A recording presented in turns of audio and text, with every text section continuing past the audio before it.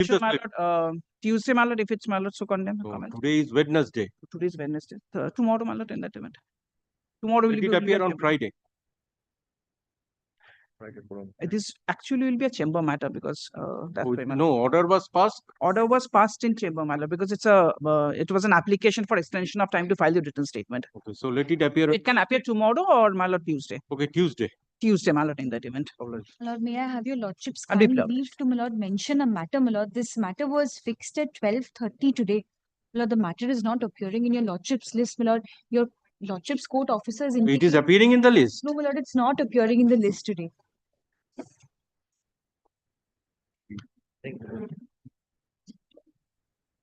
Okay, let it appear tomorrow as to be mentioned. My To lord, be mentioned. my lord, perhaps the matter is appearing as a fixed matter Fixed matter tomorrow. at 12:30. My lord, that's Man. what your lordship's court officer just indicated. Tomorrow it is appearing. My lord, that's what he. No, it is due to appear tomorrow. No, my lord. It's due to appear. Okay, today it was due to appear. Yes. Perhaps it's So anyway, it will appear. Thereafter, the time will be fixed. Let it appear. appearing tomorrow as a 12:40 fixed No. matter. Today it was fixed at 12:30. So it would be better let it appear tomorrow as to be mentioned in the presence of all the parties. I can fix a date. Madam, I'm the other side, man. Already My lord, let notice it appear as a 12:30 served fixed to matter me. tomorrow, my Man. lord. Because it is appearing perhaps. my Sir, lord, kindly your accommodate us lordship's- because already my lord, matter. Lordship's court officer has indicated that it is perhaps Already Then Monday at 12:30. tomorrow it's appearing at 12:30. No. Today is 27th. 27, man. So today it was due to appear. Yes, but my lord, perhaps in your lordship's diary it is indicated as a 12:30 fixed matter on the 28th, which is So let it appear let tomorrow. it appear tomorrow, my lord. That's all. My lord, may I be Yeah, permitted to gentlemen. mention a matter, my lord, but the parties have entered into terms of settlement, my lord. Let the matter appear, my lord, and my lord can pass a decree in terms of that. Okay, give the slip. May I have your lordship's leave to mention the matter, my lord, not in lordship's list. My lord, it's a Barik matter, my lord. Your lordship fix the matter on 29th, my lord. Which matter? Barik's matter, my lord. Your Yes. lordship fix the matter on 29th at within 5 matters, my lord.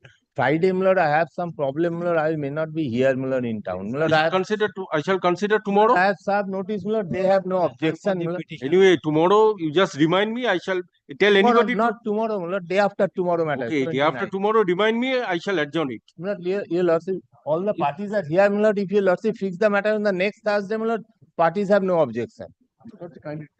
On 4th. No. The matter is not in the list. It is due to appear. Lordship. So on that day, I shall fix a date upon hearing the learned attorney. Very good. Lordship, may I be permitted to mention for application for inclusion in the list? Yes. Amendment application. Is it chamber? No, Lordship. Okay. PLA matter, Lordship.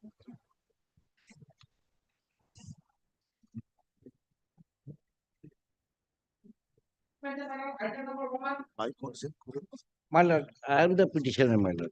Pursuant to your lordship's order, my lord, on 6th August, the inspection was allowed and the inspection was taken by both the parties. And pursuant to your lordship order dated 20th August, the copy of the plaint photocopy was allowed to take from the court. We have received, my lord.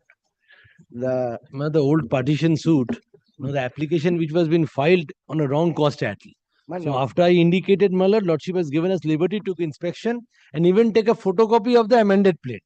I think we have both the parties have taken that. Now the question is, earlier the substitution application was allowed, but the Yes, amendment is not yet carried out. No, carried out. In 2014, Justice I.P. Mukherjee allowed substitution. Yes. Amendment carried out thereafter.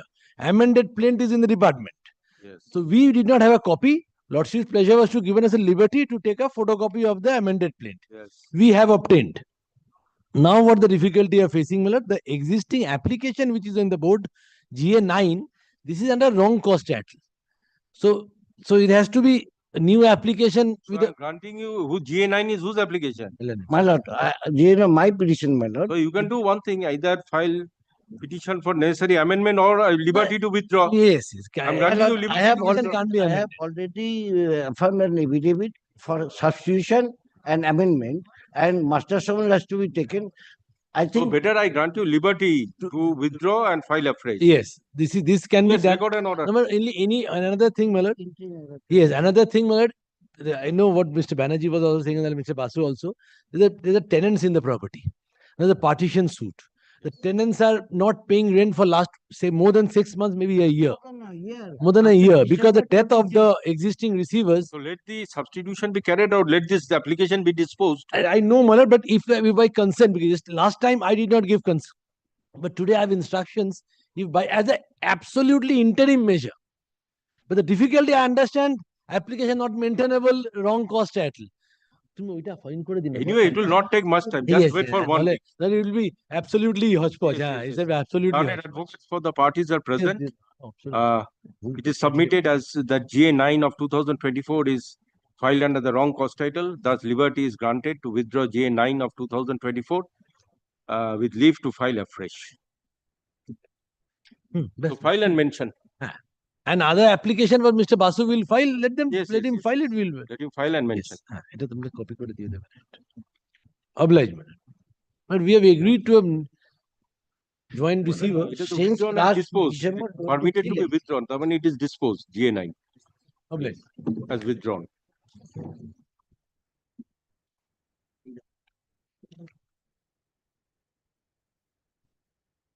Item number 2, your lordship, I am for the applicant. My lord, I am for plaintiff number 1A, my lord. So today is the date fixed for submitting report. My lord, I am appointed as special officer, my lord. Yes. Been suffering, my lord, viral fever since 3 weeks, my lord. So I Oh, could whether not the come. inspection is complete or not yet No, complete. not So a complete. time has Not yet been started, my lord. so time has to be extended. No copy has been served, nothing I has been called the given. learned advocate commissioner. Copy was not, Copy, she order said was that not she yet is the viral communicated. fever. Again, Yes, give me the order. Your lordship, I called the learned advocate commissioner. She told me that she is suffering from viral fever. So on the next date, she will take time. That is why I could not serve. Yes, record an order. Learned advocates for the parties and learned special officer are present as the inspection in terms of earlier date order dated 22nd August 2025 could not be carried out due to certain difficulties. The time to carry out the inspection in terms of order dated 2nd August 2025 is extended till 22/9/2025. Let this matter appear on 22/9/2025 for report of the special officer. Deeply obliged.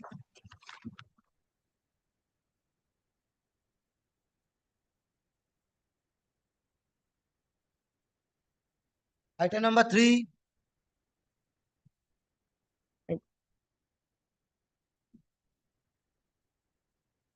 I am for the petitioner, madam. Yes. So earlier an order was passed. My lord, in this matter, only the to appearing for the special officer. Yes. Please, He has not come to court. Yes, ma'am. Anyway, what is the present position? Is the inspection complete? Yes. No, my lord, I have, you have.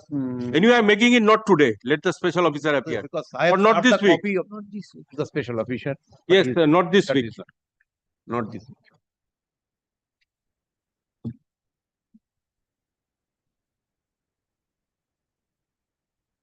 Item number 4.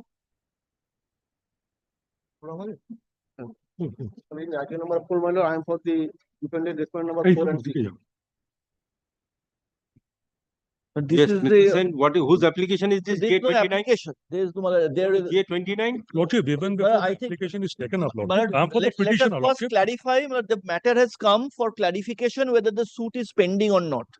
But I have prepared a bunch Lordship, of. let me, আমি আমাকে বলতে দাও আমাকে বলতে দাও Yes. হ্যাঁ But first, kindly see my submission, my lord. Your lordship will thereafter. File your written notes. I granted you that liberty. It is not. That is well, wrong.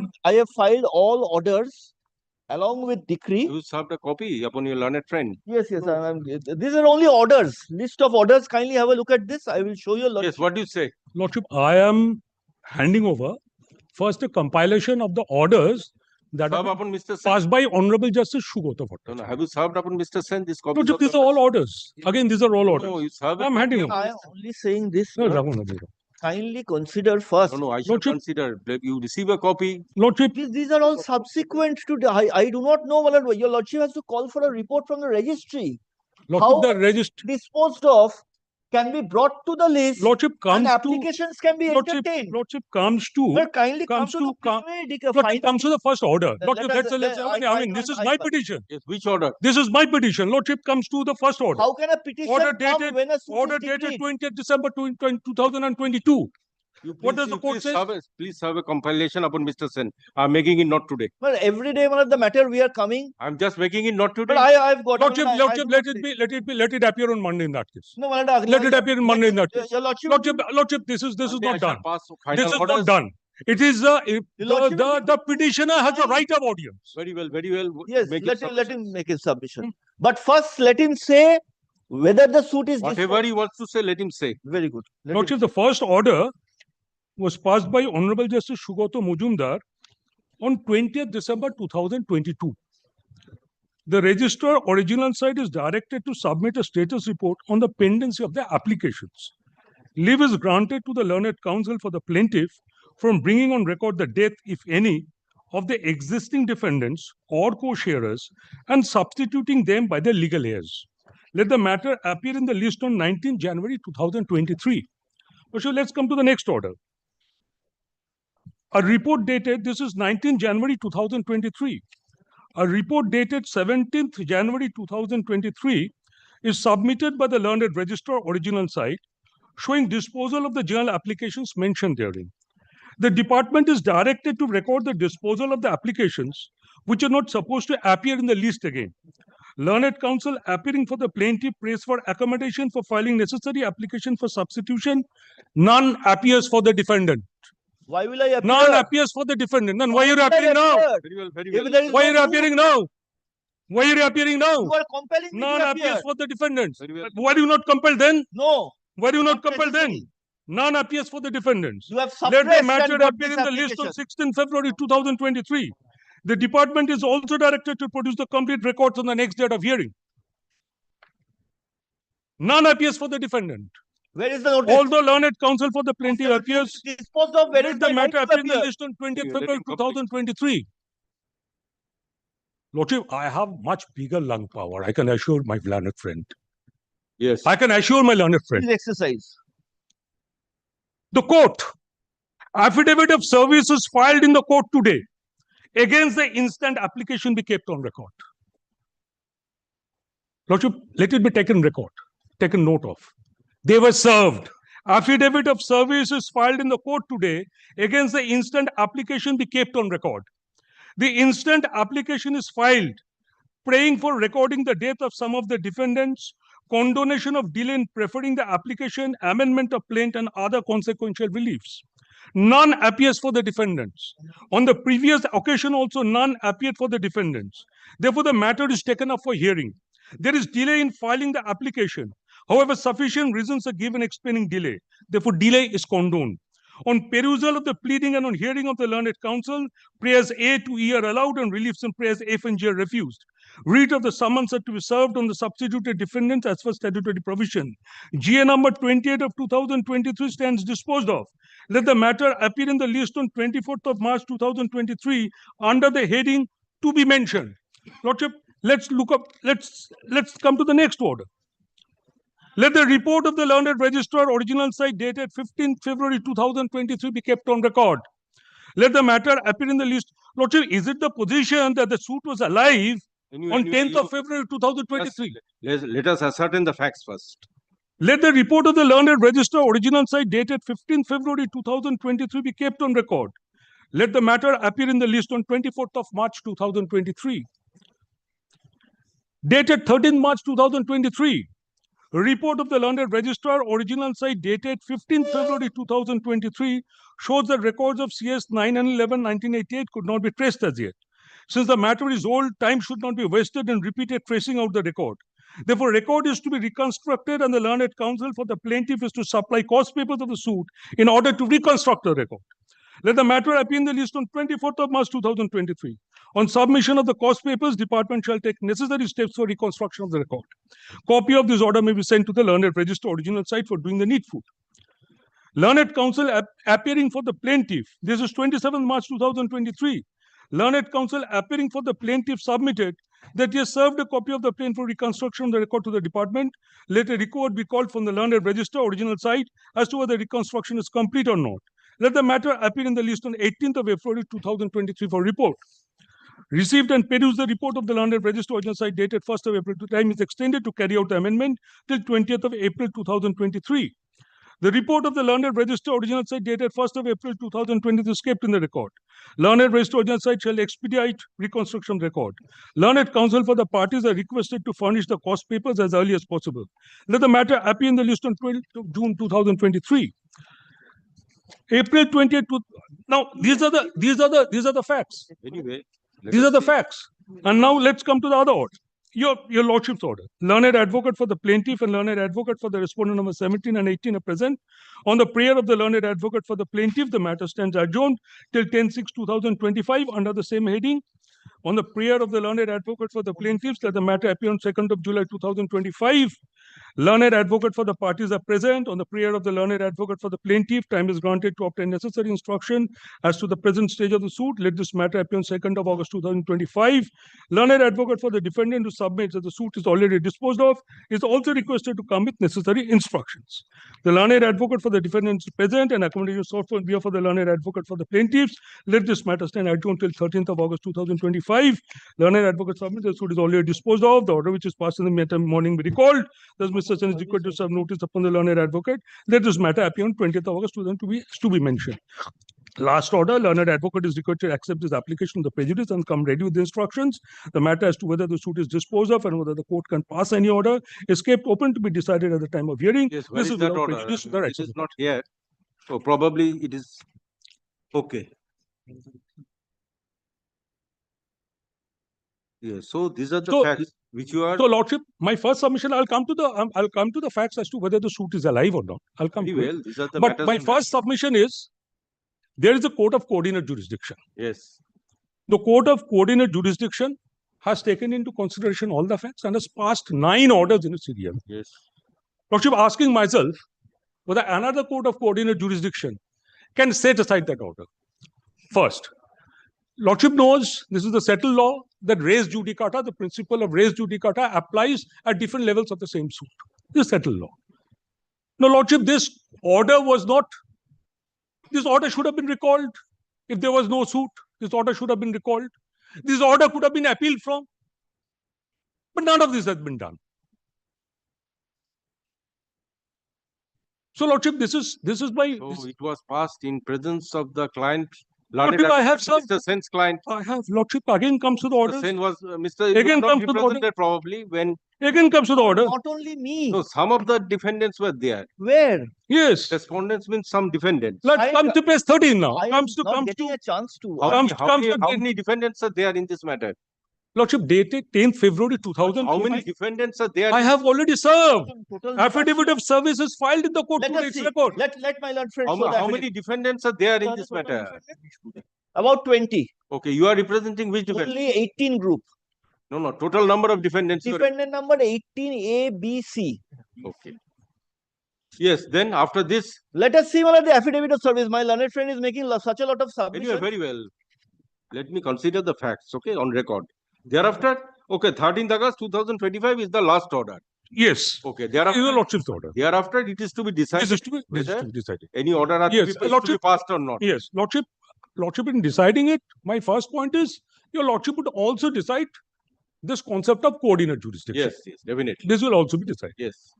Yes, Mr. Sen. Yes. No, Lordship, I have not submitted. I am now going. You have placed the facts. I placed the facts. I'm going to the points as to whether the suit Very survives well. or What are not. the points of law As involved? to whether the suit survives or not. देखिए.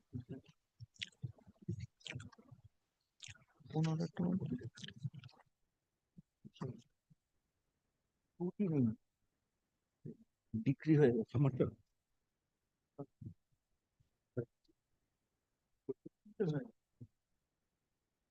Lordship, দেবো কোর্টকে দিয়েছো? হ্যাঁ, order copy দেওয়া আছে? Compilations? হ্যাঁ? এতে কোথায় order দেওয়া রয়েছে? এটা দেওয়া রয়েছে? So these orders are there in the GL Lordship. Anyway, these are the facts on records, orders are on record. Orders are on record. Lordship comes to the first order, page 41 of the GA.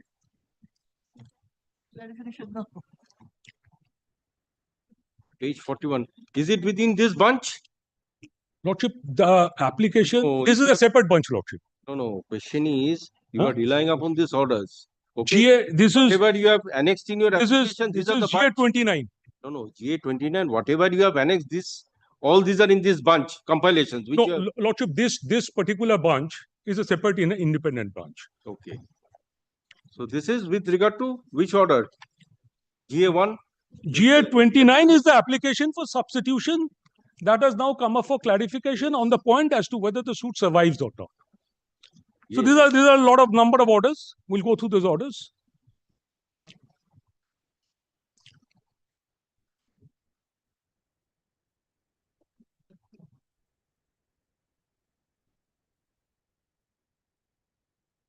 The first order, Lordship, the main order, your Lordship will be pleased to find at page 41.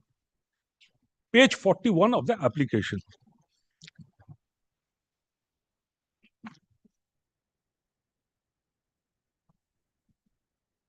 Yes. এগুলো আগের অর্ডারগুলো তো আছে। It appears there is no dispute amongst the parties as to the shares so far as the following properties are concerned. One 3-storied building at Naran Chowk, Irfala, Midnapur. About 1 biga 13 kathas of land for residential purpose at Naran Chowk, Irfala, Midnapur. One cowshed at Naran Chowk, Irfala, Midnapur. One Hamas at Naran Chowk, Imphal, 30% share in 2 ponds, and one Khamar at Naran Chowk. Therefore, this court can safely pass a preliminary decree to that extent right now. Therefore, there will be a decree in preliminary form declaring the shares of the parties in the manner as stated in paragraph 7 of the petition, so far as the aforesaid properties are concerned. Accordingly, I'm not reading this portion. The first paragraph. I'm coming from the second paragraph. So far as the other properties and businesses are concerned, so let me read it also. Accordingly, upon Mr. Shiv Kumar Mujumdar and Shamul Kumar Das of Bar Association, a practicing senior advocate and advocate of this court as Joint Commissioner of Partition, they shall submit the returns of the commission within 6 months from the date of service of the signed copy of this dictated order upon them. They are authorized to appoint a valuer and surveyor at the costs of the parties, and the parties shall bear their proportionate costs and charges therefore. The surveyor and valuer shall be appointed from and out of the candidates enlisted in the panel prepared by the register or general side of this court. So far as the other properties and businesses are concerned, the learned Joint Commissioner shall make an enquiry as to whether there is any dispute as regard the share of the parties in relation to the other properties and businesses. If they find any dispute is there, and if any party makes any greater claim, or share than mentioned in the plaint, then they shall call upon the parties to prove the same, and for this purpose they shall take evidence, and evidence so to be taken shall be submitted before this court on the date of submitting the returns. If no dispute is raised so far as the residuary properties are concerned, then they shall also take effective steps for getting the properties and businesses partitioned and divided by metes and bounds. As far as possible, a comprehensive return shall be submitted. The Joint Commissioner of Partition shall be paid such and such. The respective parties who are carrying on businesses to the execution of others shall render all accounts of the businesses and transactions to the Commissioner of Partition. They shall also reflect in the returns as to the income and assets of the properties of all the businesses and income from the landed properties. Statutory outgoings in relation to the landed properties and businesses shall be paid, if not paid already, by the respective parties or presently in occupation and enjoyment of the properties in question. The application is disposed of. Now, Lordship comes to page 44. These are the properties. 1, 10%, 2, 10%, 3, 10%, 4, 10%, 5, 10%. So it's 50. This preliminary decree is in respect of 50% of the shares. The other 50% of the shares have not been decided. Shares of different parties of 30% share in 2 points. These are the again the portions. Now, Lordship comes to page 45. Having heard of the learned counsel appealing for defendant numbers 1 to 7, 17A, 10, and 20, it appears to me that through inadvertent mistake, some properties have been left out, and therefore this should be incorporated. In my earlier order, it is submitted these properties are undisputed, so this should be inserted within the category of undisputed property, namely premises number 38 Girish Avenue and 30 bighas of agricultural land situated in the vicinity of ancestral house at Irfala in the district of Midnapur. So, Lordship, originally there were 5 properties and residual properties. These 2 added, so it's become 7 properties.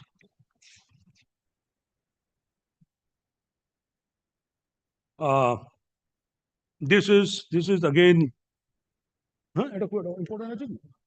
So, now we come to page 49. This is an order passed by Honorable Justice Joyanto Biswas. This application dated December 19th, 2003 has been taken out in the pending partition suit by defendant numbers 18A, 18B, 18C, and 18D. The parties who are opposing this application right now. These defendants have filed this application for discharge of the Joint Commissioner of Partition, who were appointed by order dated September 17, 2002. It has been alleged in the application that the Joint Commissioners did not discharge their duties in right earnest, and hence after discharging, these new commissioners are required to be appointed. Defendants 1 to 7, 10, 17, and 19A to 19E, and 20 to 24 are represented by the learned counsel. These defendants also want the commissioners to be discharged on the ground that there has been no progress in the work for which the commissioners were appointed. The joint commissioners are represented by the learned counsel, who submits that in the face of the allegations made by the parties, the joint commissioners pray for their discharge. He further points out that 160 gems out of the total initial remuneration are yet to be paid to the parties. He also brings to the notice of the court that the joint commissioners held as many as some meetings, 4 meetings, and besides initial remuneration, they were not paid any amount. Since the joint commissioners themselves are not willing to continue, I am of the view that it is not necessary in the matter to go late into the question of correctness of the allegation made against them by the parties. Hence, I hereby discharge the joint commissioners were appointed by order dated such and such. Mr. Raichudhu's clients and the client of Mr. Bakchi shall pay the balance of the initial remuneration to the joint commissioners, together with a further remuneration of 300 gems. The remuneration shall be paid to the joint commissioner within a fortnight from date. It is also made clear that this remuneration shall be borne by all the parties in the suit according to the respective share, and it is only for the purpose of convenience now clients of Mr. Sen and Mr. Bakchi are directed to make the payment to the joint commissioner. They shall be entitled to recover the respective shares from the other parties in the case. Learned counsel appearing for the parties suggests that Mr. Swarnendu Ghosh, an advocate of this court, may be appointed the sole partition thereafter. On agreement of the learned counsel for the parties, I hereby appoint Mr. Ghosh as partition commissioner. He will take necessary steps in terms of the preliminary decree. He shall ensure that in the matter, no unnecessary delay takes place. Initial remuneration of the partition commissioner, fixed at 400 gems, shall be paid by the parties according to the respective shares. The commissioner shall submit the report within 12 weeks from date. Now, Lordship, this is the order, page 52. We shall have to come again and again. The application being GA number such and such has been filed on behalf of the defendant numbers 18A to 18D. This is an application filed, but the parties were opposing it today. Inter alia praying for accepting the return filed by the learned commissioner and for placing a final decree in terms therefore and for consequential reliefs. The application being GA number 2498 has been filed on behalf of the plaintiffs. The prayer for not accepting the report of the commissioner till an order by the appellate court and the appeal to be filed. By order dated June 22, 2005, I dismissed an application filed on behalf of the plaintiffs, which is for discharge of the commissioner of partition on the ground that the commissioner of partition was not given any opportunity to the parties to adduce evidence by filing affidavit of evidence. In the said order, I clearly held that adequate opportunities have indeed granted by the commissioner of partition, and the plaintiffs were adopting dilatory tactics in the matter. There is no reason to deviate from the said view in this stage. No appeal has been filed on date. Mere contemplation of any appeal is not a ground to pass an order. Accordingly, the application being such and such is treated as an affidavit in opposition to the application filed by the defendant to 18B such and such, as the grounds contained in the said application filed on behalf of the plaintiff is almost similar to the grounds taken in the earlier order. In the view of the matter, the contention of the plaintiff petition, GN number reference is hereby rejected. Let there be an order in terms of prayers A2 of the petition being GN number. Both the applications are disposed of by order as to costs.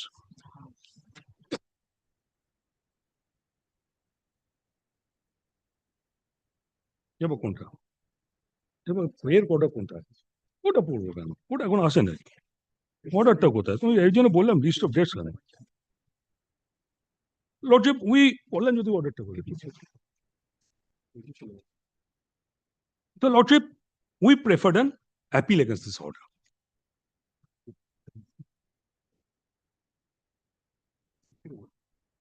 let's I'm reading it from page 56. As it appears from the records that the appellant could not challenge the report of the Commissioner of Partition, basing on which the final decree was passed. And as the official copy of the report supplied by the Commissioner of Partition 2 days after the passing of the final decree, therefore the appellant did not get any chance to challenge the same, and without giving any chance, the final decree was passed.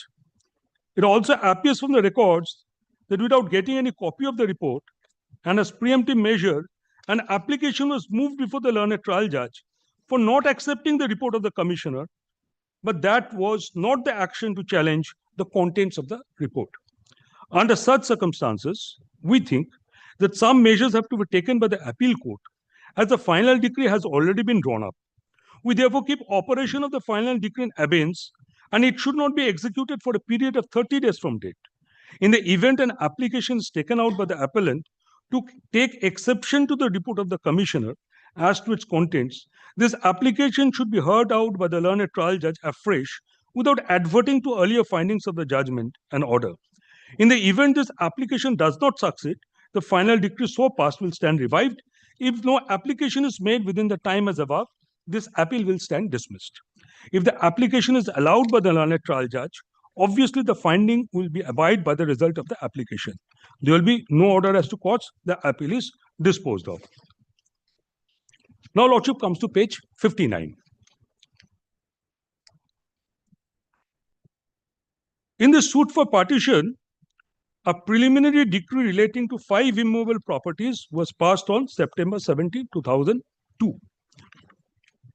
So far as the other immovable properties and the businesses of the family are concerned, the judgment and preliminary decree dated September 19, 2002 provided that the learned Joint Commissioner of Partition appointed by such judgment and preliminary decree would make an inquiry as to whether there was any dispute as regards the share of the parties in relation thereto. If the learned Joint Commissioner of Partition found that there was any dispute, and if any party made any greater claim or share than mentioned in the plaint, then the learned Commissioner of Partition would call upon the parties to prove the same, and for such purpose, the learned Joint Commissioner of Partition would take evidence. Such evidence was directed to be submitted before the court on the date of submitting the return. If no dispute was raised so far as the residuary properties were concerned, the Joint Commissioner of Partition was directed to take effective steps for getting the properties and businesses partitioned and divided by metes and bounds as far as possible, and to submit a comprehensive return in respect thereof. The personnel of the Joint Commissioner of Partition was subsequently changed to the present Commissioner of Partition. The present Commissioner of Petition filed a return which he forwarded to the advocate for the parties under cover of a letter dated July 1, 2005. The return of the Commissioner of Partition was annexed to the petition as Annexure C. By the present application, the plaintiff sought setting aside of such return of the Commissioner of Partition. The application was heard on March 10, 2014, and a reserved judgment. The application appeared for the purpose of delivery of judgment on March 24, 2014. I intended to give directions for further hearing of the suit on the impression that final decree in the suit was awaited. I placed the application for further hearing. The application was re-argued on behalf of the plaintiffs. Mr. Shobboshachi Choudhury, learned advocate for the plaintiffs, relied on the judgment and decree dated September 5, 2012, passed by the Honorable Appeal Court, granting his client time to take exception to the report of the Commissioner as to its contents. The appeal court directed the learned trial judge to hear such application afresh without adverting to earlier findings of the judgment and decree. In the event such application did not succeed, the final decree passed was directed to stand revived. The present application was made pursuant to the leave granted by the appeal court on September 5, 2012. The present application, according to the plaintiffs, was within the time allowed by the Honorable Appeal Court. He then relied on the plaint, which detailed the list of immovable properties and businesses which were to be partitioned. He contended that the plaintiffs in the plaint set out the immovable properties and the businesses which the plaintiffs are seeking partition of. He submitted that when the judgment and preliminary decree dated September 17, 2002 was passed, none of the parties contended that the immovable properties and the businesses set out in the plaint were not part of the partition suit. It relied heavily on the judgment and preliminary decree dated September 17, 2002, and submitted that the parties agreed to partition of the 5 immovable properties recorded in the preliminary decree. So far as the balance immovable properties and the businesses forming the subject matter of the suit was concerned, the decree directed the Joint Commissioner of Partition to inquire as to whether there was any dispute as regards the share of the parties in relation thereto. In the event the Joint Commissioner of Partition found in a dispute, and in the event any party made any greater claim or share than mentioned in the plaint, then the Joint Commissioner of Partition would call upon such party to prove the same. And for that purpose, the Joint Commissioner of Partition was empowered to take evidence. The Joint Commissioner of Partition was directed to submit such evidence to court along with the return. Relying heavily on this portion of the decree, it was submitted that the parties proceeded on the basis that the properties and businesses as mentioned in the plaint were part of the lease and were required to be partitioned by metes and bounds. According to the learned advocate for the plaintiffs, apart from the 5 immovable properties which were dealt with by the preliminary decree, the shares of the parties so far as the residuary immovable properties and the businesses enumerated in the plaint was concerned, it was for a party who was claiming a share higher than as stated in the plaint to establish such higher claim by way of evidence before the Joint Commissioner of Partition. According to the plaintiffs, the Commissioner of Partition misconstrued the judgment and preliminary decree. According to him, all the properties and businesses involved in the suit for partition are not partitioned. I'm still submitting that according to him, all the properties and businesses involved in the suit for partition were not partitioned. Lordship knows there cannot be number of final decrees also, apart from number of preliminary decrees, but the so-called final decree. He also relied on the genealogical table annexed to the plaint. He submitted that the preliminary decree was for 50% of the shares. There was no decree for the balance 50% shares.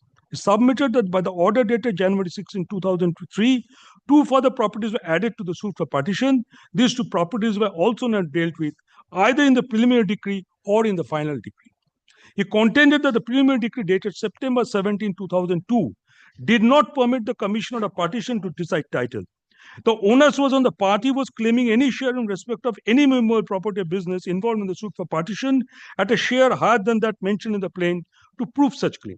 According to him, the report of the Commissioner of Partition was contrary. My learned friend plays the operative part instead of the submission. Anyway, let him submit. I'm pressing it. You are not having a copy of this. I have everything. You have this copy? Yeah, everything. Contrary to the judgment and preliminary decree dated September 17, 2002, it relied on the report and specifically at a portion of the report where the Commissioner of Partition recorded that he felt the word greater was a comparative term.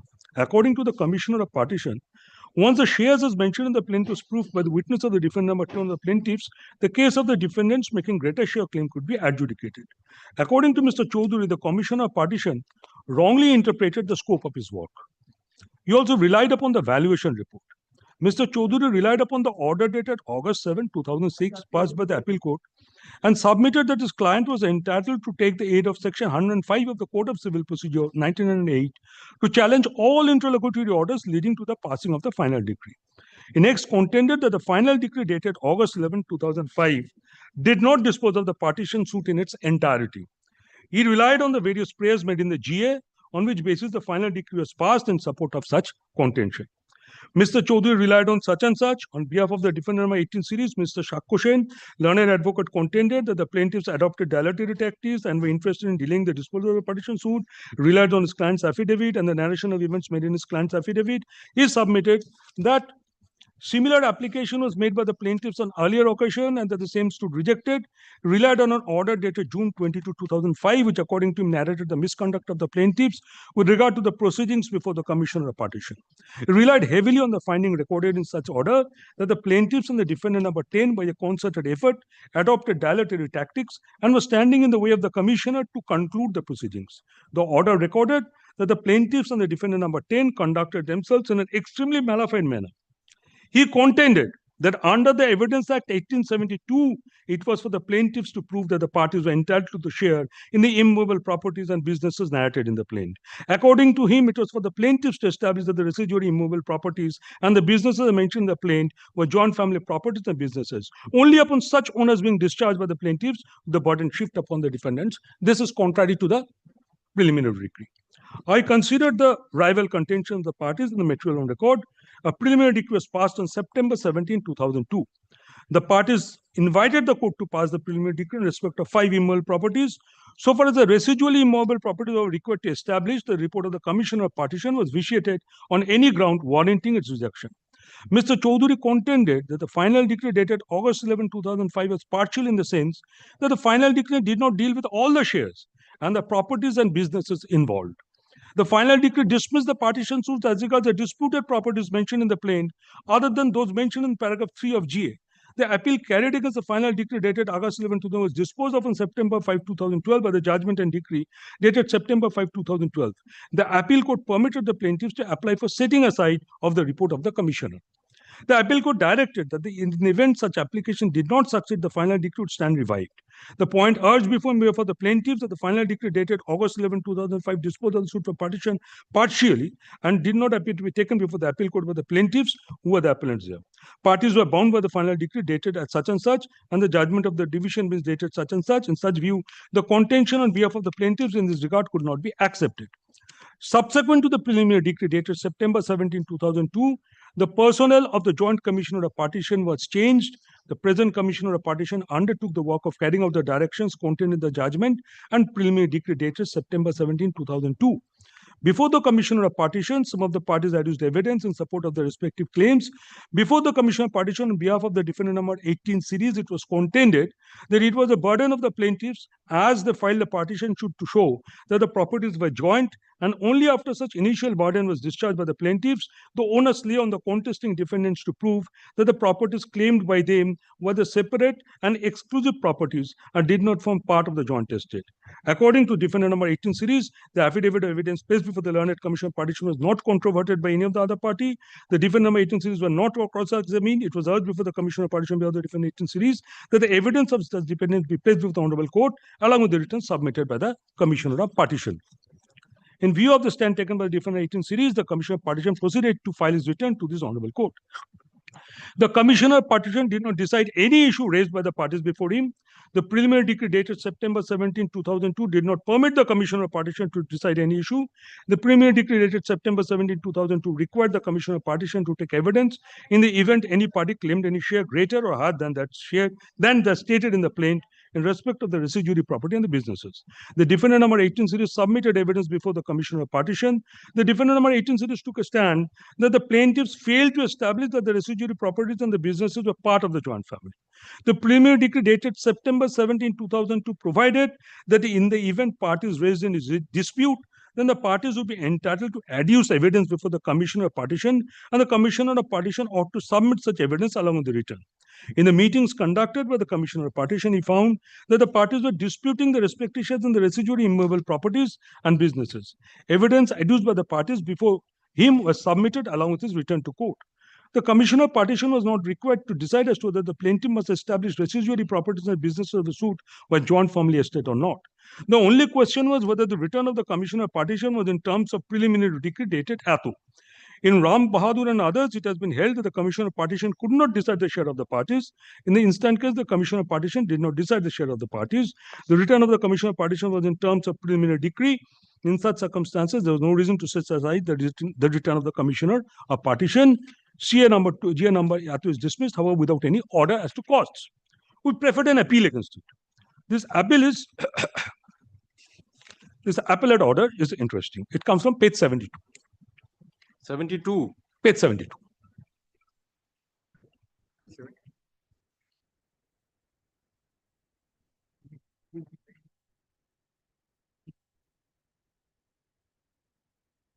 This appeal is filed against judgment dated April 4, 2013 in a suit for partition. So far as preliminary decree as early as September 17, 2002, it came to be passed in respect of 5 properties. As submitted later, 2 other properties were also included. So far as other immovable properties and the business of the family, it was indicated in the preliminary decree the Joint Commissioner of Partition appointed by virtue of judgment and preliminary decree would conduct an inquiry as to whether there was any dispute as regard the share of the properties in relation thereto. If there were to be a dispute with regard to any greater claim or share mentioned in the plaint, then Commissioner of Partition would call upon the parties and would go through the same, and for such purpose, the Joint Commissioner of Partition to take evidence, thereafter such evidence to be placed before the court on the date of submitting the return, in case no dispute was raised. So far as the residuary property is concerned, the Joint Commissioner of Partition was directed to take effective steps for getting the properties and business partitioned by metes and bounds as far as possible, and to submit a comprehensive return thereof. It is not in dispute that subsequently Joint Commissioner of Partition came to be changed to the present Commissioner of Partition. A return came to be filed by the present Commissioner of Partition, and the same was forwarded to the advocate of the parties, by later dated July 1, 2005. The impugned order is on the application filed by the plaintiffs, seeking setting aside the return of the Commissioner of Partition.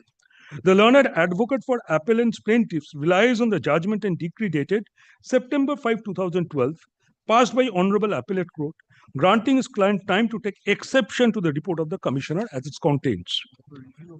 The Appellate Court directed the learned trial judge to hear such application afresh without adverting to earlier findings of the judgment and decree. In case such application was not successful, the final decree passed was directed to stand revert. The application referred in the impugned order was meant in pursuance of a direction of the appellate court. According to the appellant, the present application was within the time allowed by the Honorable Appeal Court. It is further contended that the judgment and the preliminary decree dated September 17, 2002 was passed.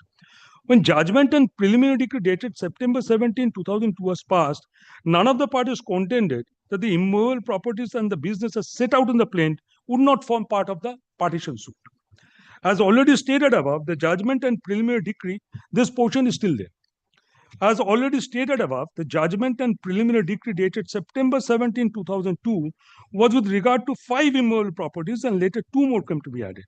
The relevant point to be considered is whether there was any dispute as regards the share of the parties in relation to residuary properties, which are not the subject matter of the judgment and preliminary decree. Further, one has to see whether any parties to the suit made any greater claim or share than mentioned in the plaint, and what the Joint Commissioner of Parties did in pursuance of direction of preliminary decree dated September 17, 2002. According to appellant's plaintiffs, apart from the properties which are subject matter of judgment and preliminary decree, it was for the party who was claiming greater share than stated in the plaint to establish such claim by way of evidence before the Joint Commissioner of Partition. But however, the Commissioner of Partition misconstrued the judgment and decree, therefore return of the Commissioner is invalidly erroneous. It is further contended that the final decree in existence did not partition the properties and business that is the subject matter of the partition suit. It was further contended only 50% of the properties are the subject matter of the preliminary decree, and balance properties have to be divided by metes and bounds. It is further contended on behalf of the plaintiffs that the preliminary decree dated September 17, 2002 never allowed the Commissioner of Partition to decide the shares and also title. The party who intends to claim more shares or greater shares in respect of remaining immovable properties and business than that mentioned in the plaint have to prove such claim. Therefore, the report of the Commissioner of Partition was contrary to the judgment and preliminary decree. Several references are made to the report of the Commissioner of Partition regarding the meaning given to the word greater, etc. It was further pointed out that the Commissioner opined that once a claim as mentioned in the plaint was proved by witnesses of the defendant number 10 or the plaintiffs, the case of the defendant seeking greater share of claim should be adjudicated. This was an erroneous observation on the part of the commissioner, enlarging the scope of work of the commissioner of partition. So far as stands of defendant number 18, that is the legal representatives, the council contends that from the beginning plaintiffs have adopted dilatory tactics and were interested only in dragging the proceedings with the sole object of delaying the disposal of the partition suit. It was further contended that a similar application came to be made by the plaintiffs on earlier occasion and the same was dismissed. Therefore, the present application is hid by principles of res judicata. It is further contended misconduct of the plaintiffs was noticed by the courts on several occasions. For example, order dated June 22, 2005. According to the defendant number 18 series, the conduct of the plaintiffs and the defendant number 10 amply established their extreme malafide intention and concerned effort to delay the disposal of the suit. According to the learned counsel for the defendant number 18 series, the plaintiffs have to first establish their entitled to the respective share from the immovable properties and business described in the schedule to the plaintiff. In other words, all the properties were joint file properties, and thus the owner shifts to the defendants to establish their claims. Learned advocate arguing for the respondents has relied upon the judgment of Appasab such and such to contend that there is no presumption of a joint Hindu family, but on the evidence, if it is established that the property was joint Hindu family property and the other properties were acquired out of that nucleus, if the initial burden is discharged by the person who claims joint Hindu family, then the burden shifts to the party alleging self-acquisition to establish affirmatively that the property was acquired without the aid of the joint family property by cogent and necessary evidence. They also placed reliance on a judgment of Bhanu Kumar Jain versus Archana Kumar and others to contain that principles of res judicata apply in different stages of the same proceedings. With these arguments at a command, we proceed to consider the case of the parties. It is not in dispute that by virtue of an order dated September 5, 2012, the plaintiffs were allowed to file application of the present nature. It is also not in dispute that it was filed within the time granted by the said order. It was made clear in the said order that the plaintiffs would establish that the report of the Commissioner of Partition is vitiated on such and such ground warranting rejection. Initially, a preliminary decree was passed on September 17, 2002 in respect of 5 immovable properties. Sometimes in 2003, 2 more were added to this preliminary decree. It was also made clear that the Commissioner of Partition appointed by the preliminary decree was to make an inquiry as to whether any of the parties to the suit raises any dispute regarding the share, and if any dispute is raised claiming greater claim of share than mentioned in the suit, the Commissioner of Partition was empowered to call upon the parties to prove the same, and they were further empowered to record evidence in that behalf. Such evidence was directed to be placed before the court at the time of submitting return of Commissioner of Partition. If no dispute was raised so far as the residuary properties and business, the Joint Commissioner of Partition were to take effective steps for getting partition of residuary properties and business by meets and bounds as far as possible. It is also not in dispute that final decree dated August 11, 2005 was partial as the entire properties and business involved in the suit were not dealt with. It is also not in dispute that the final decree dated August 11, 2005 was partial as the entire properties and business involved in the suit are not dealt with. It dismissed the partition suit so far as disputed properties mentioned in the plaint other than those mentioned in paragraph 3 of 2005. This came to be challenged and appeal came to be disposed of by order dated September 5, 2012. The said judgment and decree dated September 5, 2012, which has become final, the appellant court permitted the plaintiffs to apply for setting aside the report of the commissioner. In that context, the appellate court opined that in the event of such application did not succeed, the final decree would stand revived. According to plaintiffs, the final decree dated August 11, 2005 considered partition suit partially, which is not challenged by the plaintiffs but the appellants therein. Therefore, parties were bound by the final decree dated August 11, 2005 and the judgment passed by the division bench dated September 5, 2012. This contention, according to us, seems to be erroneous. This is the finding of the division bench. This contention, according to us, seems to be erroneous. It is also noticed that personnel of the Joint Commissioner of Partition was changed subsequent to September 17, 2002. It became obligatory on the present Commissioner of Partition to carry out the directions contained in the judgment and preliminary decree dated September 17, 2002. Some of the parties adduced evidence, admittedly in support of their respective claims before the Commissioner, except contending that it was a burden of the plaintiffs to show that the properties were joined. Defendant number 18 series represented before Commissioner of Partition that the initial burden is on the plaintiffs to show that the properties were joint, and only after discharge of such initial burden by the plaintiffs, the onus of establishment that the properties were otherwise falls on contesting defendants. Affidavit of evidence was placed by defendant number 18 series before Commissioner of Partition. Apparently, it was not controverted by any one of the parties, including the plaintiffs. Further, defendant number 18 series were not cross-examined. Therefore, the evidence of such defendants was placed before the court along with the return submitted by the Commissioner of Partition. As noticed by the learned single judge, the Commissioner of Partition only proceeded to file his return before the court, and Commissioner of Partition did not decide any issue touching the shares of the parties. It is also made clear that the preliminary decree never vested such power with the Commissioner of Partition. It only directed him to record evidence in the event any party were to claim share greater or higher than one stated in the plaint. Apart from placing evidence before the Commissioner of Partition, defendant number 18 series took a stand that the plaintiffs failed to establish that the residuary properties and businesses were part of the joint family. As per the preliminary decree, only in the event of raising any dispute, the parties were entitled to adduce evidence and the Commissioner of Partition to submit such evidence along with his return. This preliminary decree has reached finality and the same is not in dispute. This is the preliminary decree. In the meeting conducted by the Commissioner of Partition, the preliminary decree has reached finality and the same is not in dispute. In the meeting conducted by the Commissioner of Partition, admittedly, parties were disputing the respective shares in the residuary immovable properties and business. Therefore, evidence was recorded. It is not in dispute that Commissioner of Partition permitted parties to lead evidence. The controversy before the Commissioner was who has to lead evidence first and who has to discharge the burden of proving the respective case.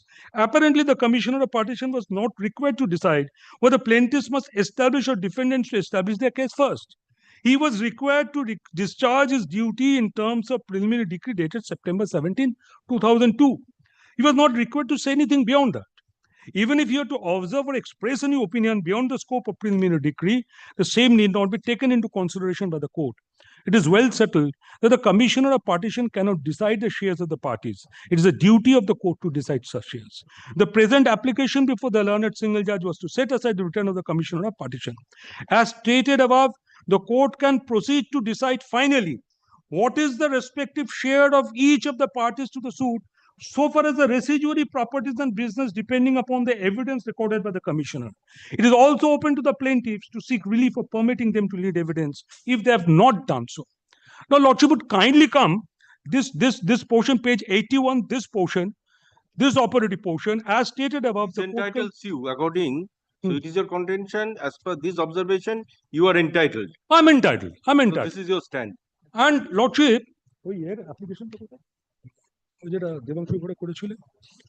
now Lordship comes to paragraph 94. They have put the decree into execution, page 94.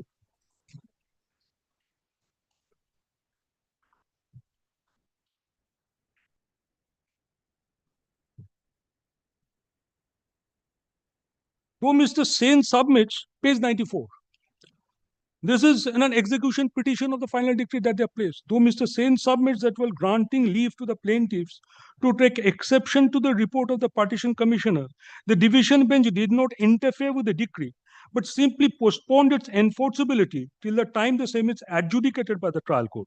But I find that certain observations have been recorded by another division bench on 20th of August 2014, which according to the plaintiffs has virtually set aside the final decree. The executing court is not supposed to travel beyond the scope of a decree, and it is left open to the parties to agitate such points before proper forum. This court cannot brush aside the categorical observation of division bench recorded in the judgment dated 20th August 2014 that the order of the learned single judge rejecting the application taking exception to the report of the partition is affirmed and no interference was made therein. There is no hesitation in my mind that the and Lordship, there is observation. Lordship, my point is very simple. There was a suit for partition before this court. The court passed a final decree. The final decree was the preliminary decree. The preliminary decree was passed on an application. Yes, any other orders? No, so there are lots of orders. I'm not placing those. Because they're not interested. They're the executing orders. Lordship, my simple point is this. There was a preliminary decree. The decree divided 50% of the properties. The remaining 50% were left untouched. As regards the residuary properties, in the preliminary decree, only thing is you have to justify your application. I cannot go into I say so this application as far as the observation made in paragraph page 81. Page 81, the observations made. The observation of the division bench. Yes. This suit is pending as regards the remaining portion of the shares. Lordship, this is my. I'll take very short. Very short time, my lord. You have considered this application? Everything. Just very short. I will take. No, let me consider your, what is, My list of dates is same. I have given a list of dates with all the orders. Most of the orders my learned friend has placed. yes. I will not place those, except I will first place the order of the division bench. Kindly come to page 55 of the application. 5th of September 2012. Your Lordship got it? Last paragraph. Yes. At page 56. Under such circumstances. No, let us see. Last paragraph, page 55. Yes. This appeal. Page 55 of the application. Yes. May I read? Yes. This appeal is directed against final. So page 55 of your compilation. No. Of my learned friend's application. Same order I am placing. Page 55.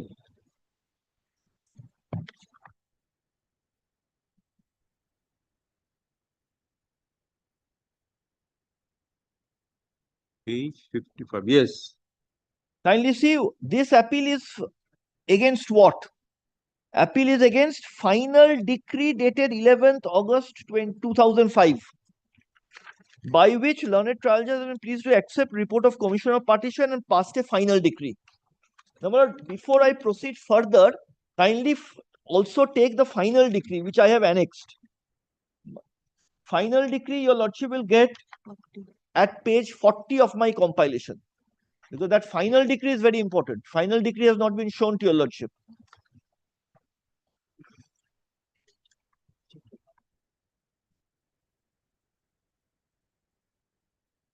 Is that a compilation or a final decree?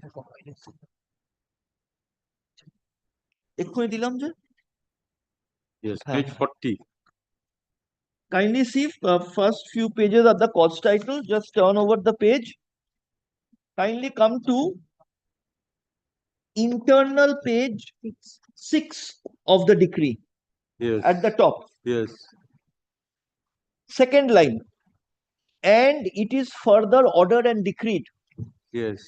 That this partition suit, as regards disputed properties, mentioned as regards disputed properties being the properties as mentioned in the plaint, particulars whereof are set out in Schedule A hereunder written, other than those properties mentioned in paragraph 3 to the plaint, particulars whereof are set out in Schedule B hereunder written and hereafter referred to the suit properties, B and the same is hereby dismissed. Now your lordship will turn to the schedule of the decree. So, my lord, Schedule A properties have been dismissed. Save and accept paragraph 3. That is Schedule B. Schedule B, kindly come to Schedule B, which starts at internal page 9. So, Schedule A is dismissed. Schedule B is decreed. Page 9. Page 9, kindly see towards the bottom, Schedule B above referred to. Yes. Schedule of properties from para 3 of the petition in GA number such and such. Yes. So these are the 8-7 properties which are decreed. Yes. Schedule A properties, as per decree, it is dismissed. Yes. Now your lordship will come back to page 55, the appeal from this final decree. Page 55. Of that application. My learned friend's application. Final decree I have shown from my compilation. This is order of the appeal court. This is the final decree. Okay, final decree. Passed by the suit court. Suit court, right. Drawn up decree. Right. And that is page 55. Page 55 is the appeal from the final decree. Yes, continuous. Yes, page 55. Kindly see again, appeal is directed against final decree. Yes. That is the final decree. Yes. Now kindly come to the page 56. Second paragraph. Yes. What does the appeal court say? Under such circumstances, we think that some measures have to be taken by the appeal court as the final decree has already been drawn up. We therefore keep, kindly note this line, operation of the final decree in abeyance. Final decree is not set aside. operation is kept in abeyance, it should not be executed for a period of 30 days from date. In the event an application is taken out by the appellant, that is the plaintiff, to take exception to the report of the commissioner as to its contents, this application should be heard out by the trial judge afresh without adverting to the earlier findings of the judgment and order. In the event the application does not succeed, kindly note this line, application does not succeed, final decree so passed will stand revived. Therefore, there are two things follow from this judgment. Number one, Liberty was granted, to them yes, to within a certain period, to challenge the report of the commissioner. yes. If they succeed in the challenge, then my lord, kindly see, if the application does not succeed, the final decree so passed will stand revived. Yes. Now, my learned friend has shown the application which they filed, the order. Kindly come to page 59.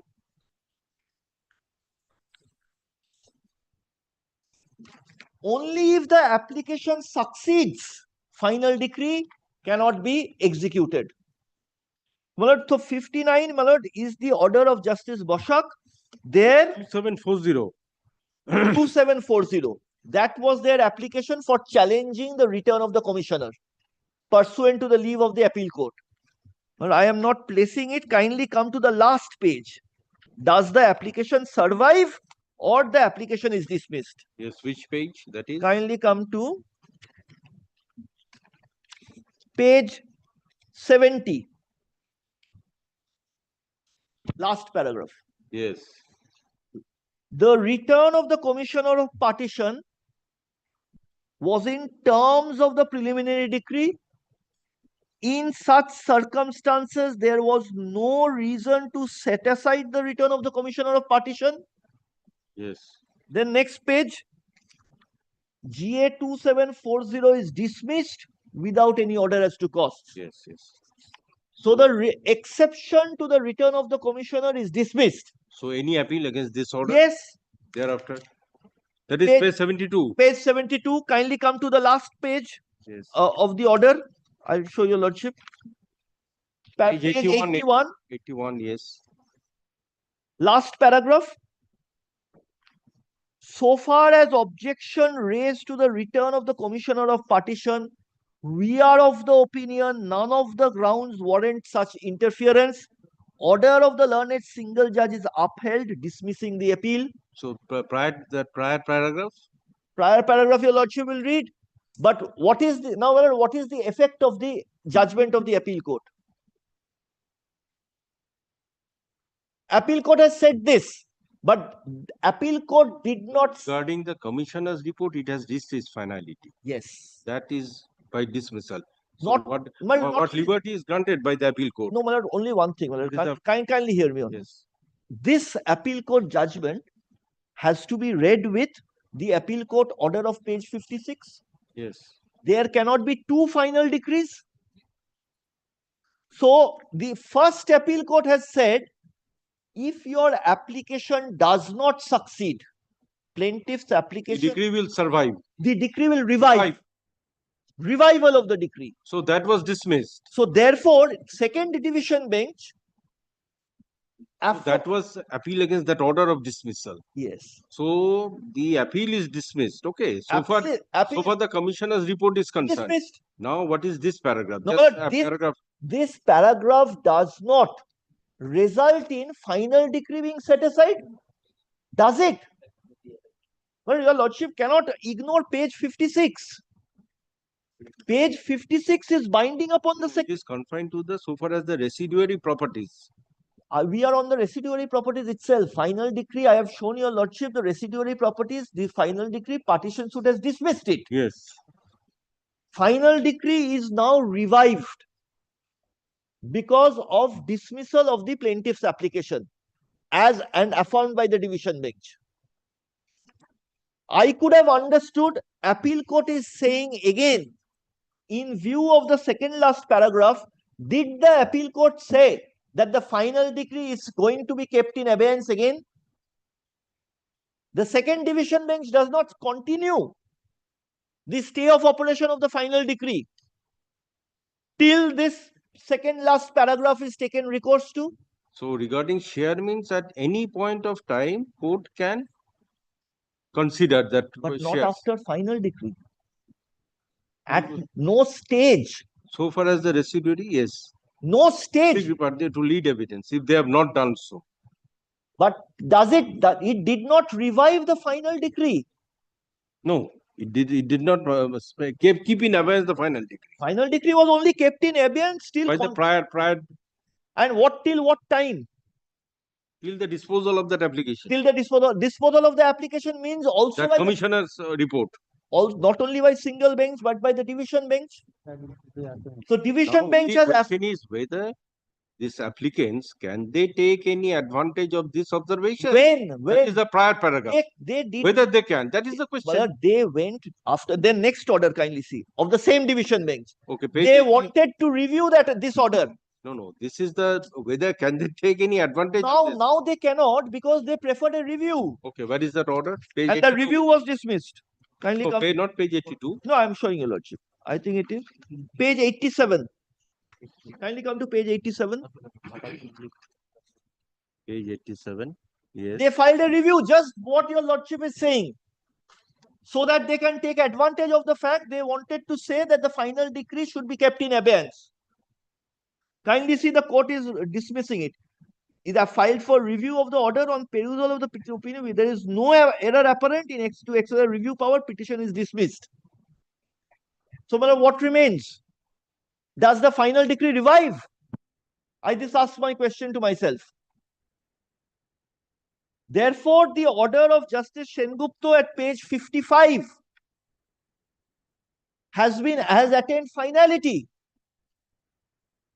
There cannot be revival of the final decree by an observation at page 81. You can lead evidence where? Where there is a list, where there is a suit. And there cannot be a suit once the final decree has attained finality. Any interlocutory after the order was passed by the division bench, and anyway, thereafter the matter appeared as chamber application. Did they file any interlocutory application pursuant to that observation? No. It is only this application which is coming up. Only for review. No, that is before the division bench. Before the division. Thereafter. No, this same point they took in the execution proceedings. Now your lordship will kindly see the order of Justice Tandon. That your lordship will kindly come to my compilation. It is here also probably. All the orders they have not annexed in the compilation. That is 9th March 2016? Yes. 89? 9th March 2016. Satisfaction application. Yes. Now 9th March 2000, this is 2016. This is before the executing court. Their objections have been dismissed. Kindly come to their objection. Kindly come to page 91.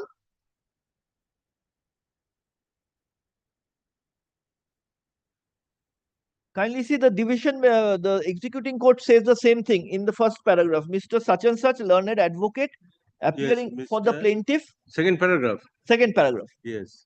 Learned advocate appearing for the plaintiff appears to have been inspired from the observation of the division bench, where direction was made upon the trial court to proceed to decide finally what is the respective share of each of the parties to the suit as for residuary property and business on evidence recorded by the joint. According to the aforesaid observation is clear and explicit in the sense parties were relegated to the suit to lead evidence such and such. Then your lordship will kindly come to, he audaciously submits a preliminary decree is not capable of execution, though final decree is according to him the reading of the observations recorded by the Honorable Division Bench does not lead their final decree to set aside. Suit is said to have been survived pre-stage. Now this kindly see the court has decided here.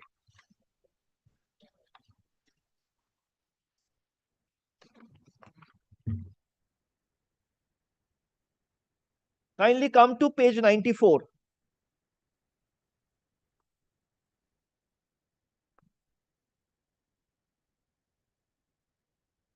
Yes. To towards the middle, your lordship will see this court cannot brush aside.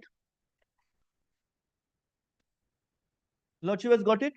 That is middle. 1, 2, 3, 4, 5, 6, 7, 8, 9. 9 lines from the top of Yes, this. yes, yes. This court cannot brush aside. The categorical observation of the division bench recorded in the judgment dated 28 August 2014 that the order of the learned single judge rejecting the application taking exception to the report of the Commission of Parties and affirmed and no interference was made therein. That is the operative part. The executing court, now my lord, kindly note this. Executing court can safely proceed that final decree passed in conformity with the preliminary decree declaring shares of the parties in respect of certain properties attained finality, and there is no impediment in enforcing the same. In course of execution proceeding, several orders were passed in terms of the final decree and have been implemented, already implemented. It is only at this stage when some of the defendants who have been allotted their respective properties wanted the recording of a notional possession instead of physical possession and access to a building at Midnapur, plaintiffs have raised the objection. It has already been executed. I have already got my share, my properties. No, There is- shares is already there by preliminary. There is any partition by meets and bounds. Yes, absolutely. That This- means you are allotted your Share. portion by meets and bounds. Yes. Yes. There is no hesitation in my mind that the plaintiffs wanted to forestall the execution proceeding, more interested in the litigation than to put an end to it. Everything has been recorded. The jointness brings the strength which is gradually eroded. Family which was one of the, these are not necessary. Then your lordship will see the court, page 95. The court therefore records notional possession of the defendants forming group B, C, D, and E in respect of agricultural land. So far as building is concerned, groups B, C, and D have been allotted a portion. Despite the order of this court, special officer could not enter the premises. Plaintiffs have put their padlock. Special officer is directed to break open the padlock. So execution has been done. See, there is no bar in coming out with a substitution application during the pendency of the execution case. This So is if- not. This is not in the If an execution. execution case is pending, a substitution application can be filed. Satisfied. Now I will show you the order that even the execution case satisfaction has been recorded. Okay, let us see. Yes. 85. Kindly come to my lord. Now, before that, kindly look, come to page 96. Page 96, your lordship will kindly come. Yes. This is, kindly note, the same division bench. Yes. In terms of the order dated 6th August 2014, according to the appellant, appellant is again plaintiff. According to the appellant, though there was an application for addition of parties since several parties died, subsequent to the order dated 6th August 2014, learned judge by order dated 28th August 2014 rejected the leave to file an application in CS number 911, opining that the suit is already disposed of. Same division bench is recording this. Therefore, question of considering the application would not arise. Unfortunately, no clarification with regard to portions set out in the judgment was sought till date. In the light of such course of action being pursued by the, we fail to understand how we could clarify the order dated 28 August 2014 while challenging the impugned order passed in an execution petition. We dispose of the appeal, opining that parties take the litigation to its logical end in terms of the order proceeding according with the observation of the learned judge in the impugned order. So therefore, division bench again clarified that the CS is disposed of. Now your lordship will kindly come to page 98. This is the satisfaction. Kindly come to page 98. Have your lordship is Yes. This is in the EC. Kindly note top. It is in the execution matter. Yes. Admittedly, the partition suit has come to an end. Please note, my lord, upon passing the final decree. It transpires that in course of the said suit, attempts were made to challenge report of the partition commissioner, which did not yield successful result. Division bench dismissed the appeal preferred against an order dismissal and application taking exception to partition commission report. It is only at the stage of execution several issues were raised, some of which are intricately connected with the merit of the partition commissioner's report and the final decree. Executing court cannot go behind the decree. The executing court shall act strictly in terms of the final decree. The final decree which I had shown your lordship, and shall see that the same is duly enforced and or implemented. The portions have been allotted, kindly note this, to the respective groups, and by order dated 9th March 2016, this court directed the special officer to hand over possession of the allotted portion to the respective groups.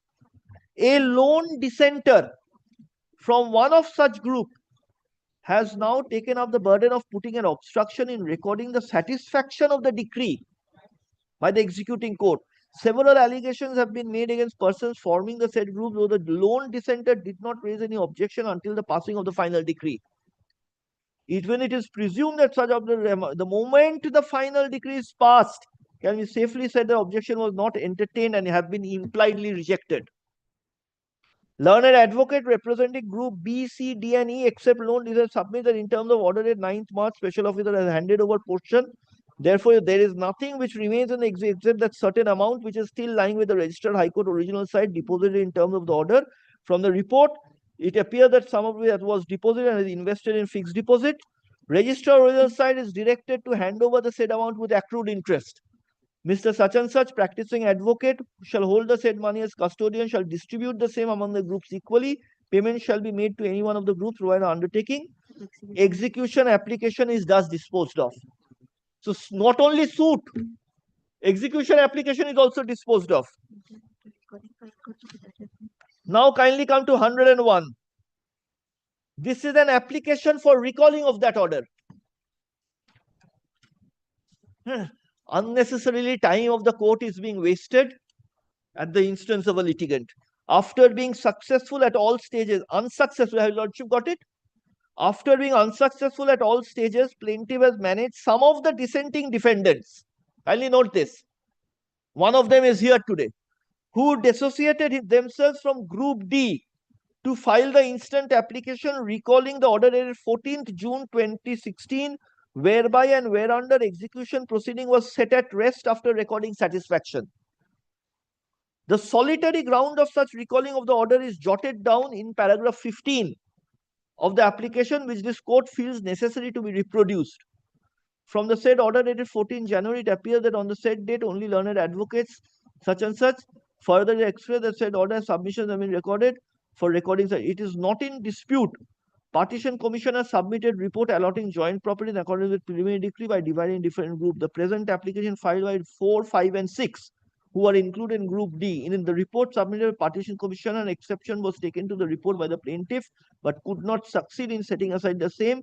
Different stages approaches were made to the division bench as and when executing court passed an order. Those appeals were either dismissed or disposed of without interfering with the report of the partition commissioner. Plaintiff was also instrumental in giving birth to the litigation, started putting spanner to the progress of the matter, which was pending since last 2 decades. As a last grasping resort, plaintiff filed an application under 47, alleging decree is inexecutable and liable to be set aside. Said application was dismissed by the court. Order was carried to a division bench. Court is informed that the said appeal was dismissed as well. Subsequently, court recorded satisfaction of the decree on the submissions advanced by counsel, taking advantage of non-recording of names of learned advocates present with submissions made in paragraph 15. Then submissions are recorded. Kindly see, my lord. Page 104. This court, third paragraph, also notices in course of hearing that one of the plaintiff who is personally present in court apparently instructs both learned advocates representing plaintiff as well as the present applicant. Same thing is happening today in front of your lordship. Same gentleman is instructing both, my left side and right side. There is no doubt in my mind that such plaintiff, having lost all tires of judicial system, have your lordship got it?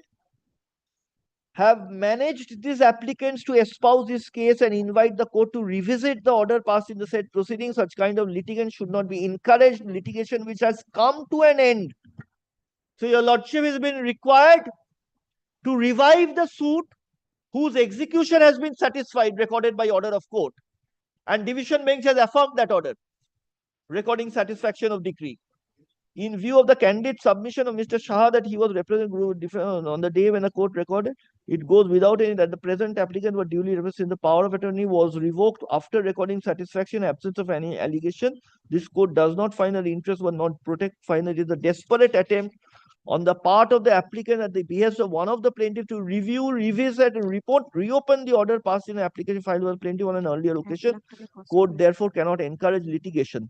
Application is devoid of merit, same is dismissed with cost assessed at 1 lakh.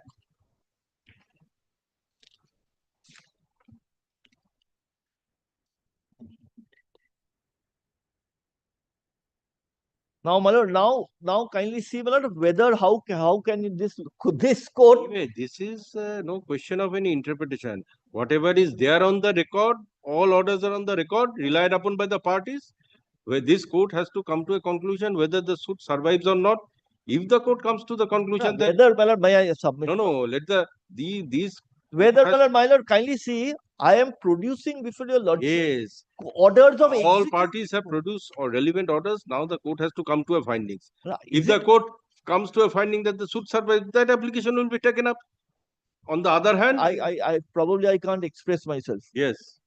Order of executing court, recording satisfaction of the decree. Application for recalling dismissed. Anyway, the bone of contention of the applicant is this coordinate bench has passed some orders. Coordinate bench? That is the bone of contention. If that order if a suit is not there, can a bench pass any order? Yes. Well, what about the order of the executing court, Justice Harish Tandon's order? That is not coordinate bench. Anyway, all have to be considered. My lord, I am for the defendant respondent number 4 and 6. Yes. My lord, Their application was dismissed with cost at 1 lakh. Are you objecting or supporting? Supporting. No question of affidavit. All these things are on record. No questions on it is there. No. Question is you are opposing this application or supporting. I am supporting. So very well, you're completely agree with the plaintiff that I'll record your consent that you are consenting to this application. Thereafter, on the basis of the documents which are supplied before this court, the court has to come to a finding. Okay, defendant number 3. Just a minute. But I do not know how the court registry can say that this suit application is being entertained. That order has not yet been challenged by my learned senior friend. Which order? My lord, order dated my lord 10th February 2023, my lord, by justice my lord. But today, Okay. If they can justify that, very well. But today, That has not yet been challenged. but today, if I would not have appeared before your lordship would have passed the substitution order. Then my learned friend will come and say that I have to challenge an order.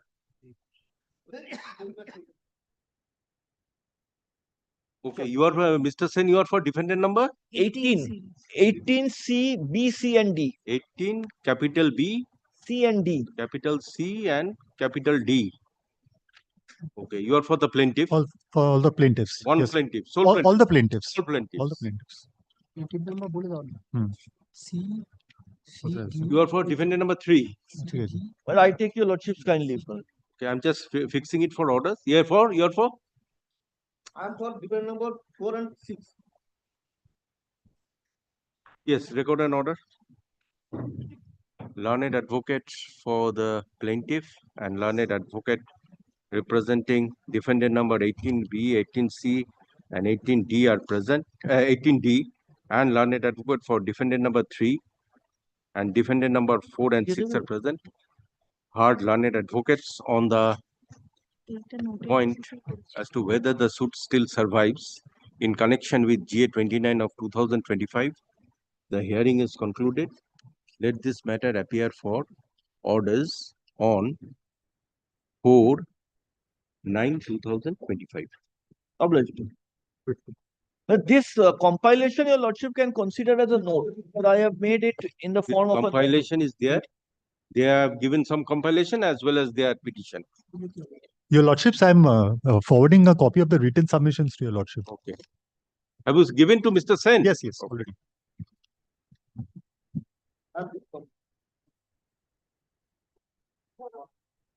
Forwarders তো তাহলে পাঠিয়ে দেবেন ওই written note সমেত আর কি।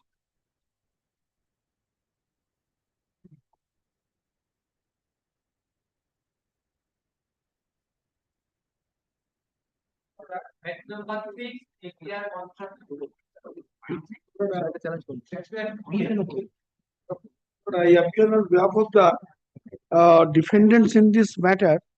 My lord, on the last occasion, my lord, I Yes, made, yes, so I so made, said that you will not take much time to complete. yes, Lord, I had already made my submissions just to refresh your lordship's memory. You have That argued this matter. I have argued the matter. Lordship may recall that this application was filed under Order 12, Rule 6 for admission, judgment upon admission on the ground that I come under the Section 2G of the Rent Act. Thereby, that they are entitled to get a decree against me for judgment upon admission.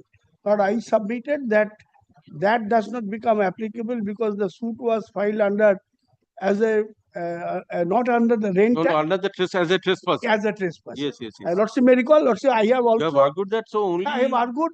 I have cited one judgment of your Lordship. It was fixed for filing your written notes along with the list of Only notes. one judgment which was cited by them. I could not make any submission with regard to that. Only to that I have just only 2 minutes time, my lord. Recordটা দেখি।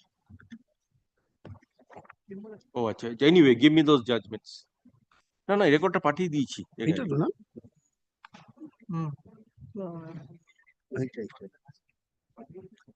এইটাই। এটা তো আরে না রে বাবা, এইটাই জাজমেন্টটা এইটা।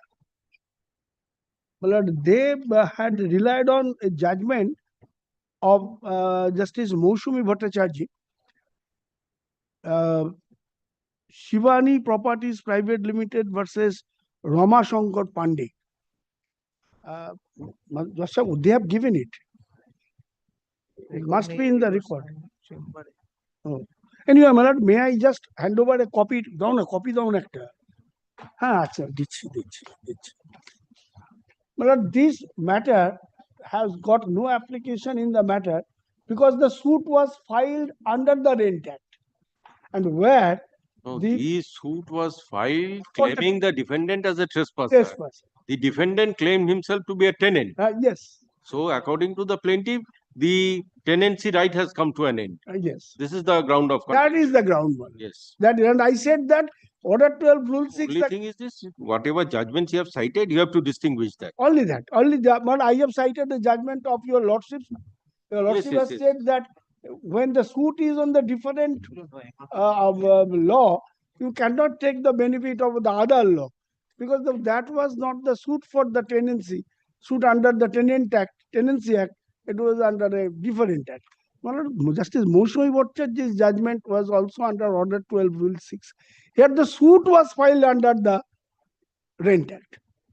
And the tenant had admitted about the tenancy continuing even after the death of their father.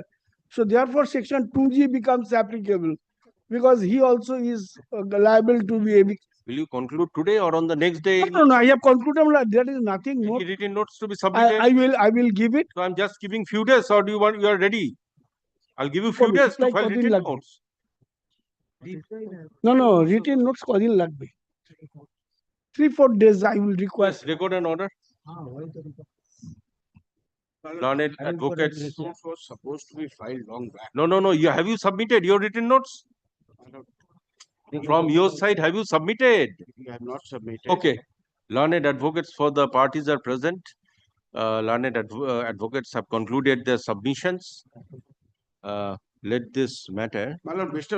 Mitro would reply to his submission. There is no my lord. end of this then otherwise. My lord, Let us file 6 our. months to file AO. Thereafter, Okay. 4 months. Let this matter appear on. My lord, tomorrow, day after, any time convenient to your No, lordship. not tomorrow and day after. It's not possible. আচ্ছা 8 তারিখে দেখুন তো Come with your written notes of arguments. Let Mr. Mitra reply. In reply, no new points can be argued. Only points of law. That's true. Acha. Let this matter appear on 8/9/2025 at 3 p.m. So come with your written notes. I will come with my written. In the meantime, they will file their written notes as well as submit a reply So on that day, both the parties will file their respective written notes of argument and conclude. and conclude. I have 4 orders at 3 p.m. My hearing is concluded. Yes. My lord. It will appear under the heading 4 orders at 3 p.m. on 8/9/2025. It is better, my lord, if your lordships could record that hearing. Otherwise, my lord, again it will continue. কি লিখেছে দেখুন তো।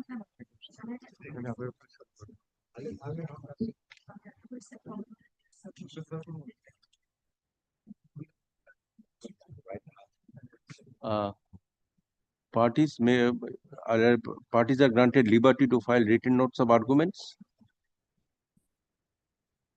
and reply by the petitioner may be submitted for clarification.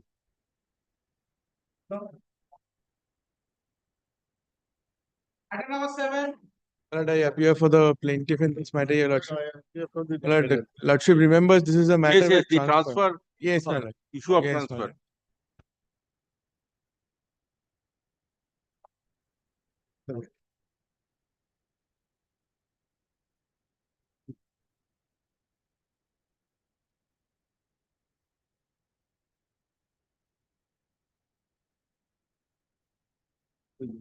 Yes, upon considering notification dated 20th March 2020 being number so and so issued by the state government and clause 4(1) of the High Court at under Calcutta High Court Calcutta Commercial Courts Practice Direction 2021.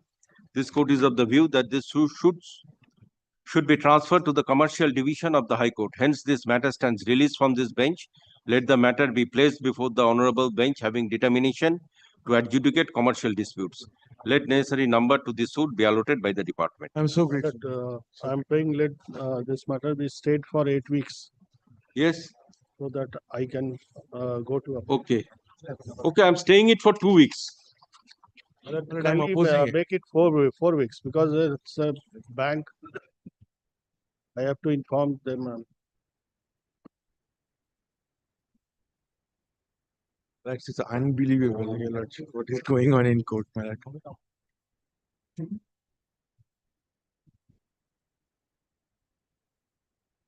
I will kindly not stay it, your lordship. I'm just staying it for 2 weeks. Okay, let them take a chance. Well, in the meantime, maybe be directed to carry on the appropriate steps before the department, my lord. Well, it's a 2014 suit, your lordship kindly considers this. Why you have raised this point at 2025? Suit was ready for hearing. Anyway, but don't pray for any extension. I'm granting you 2 weeks time.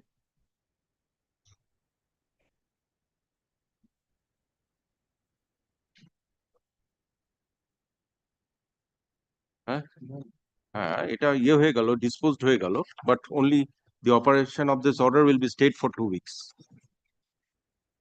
No, release from this bench. Yes. Grateful.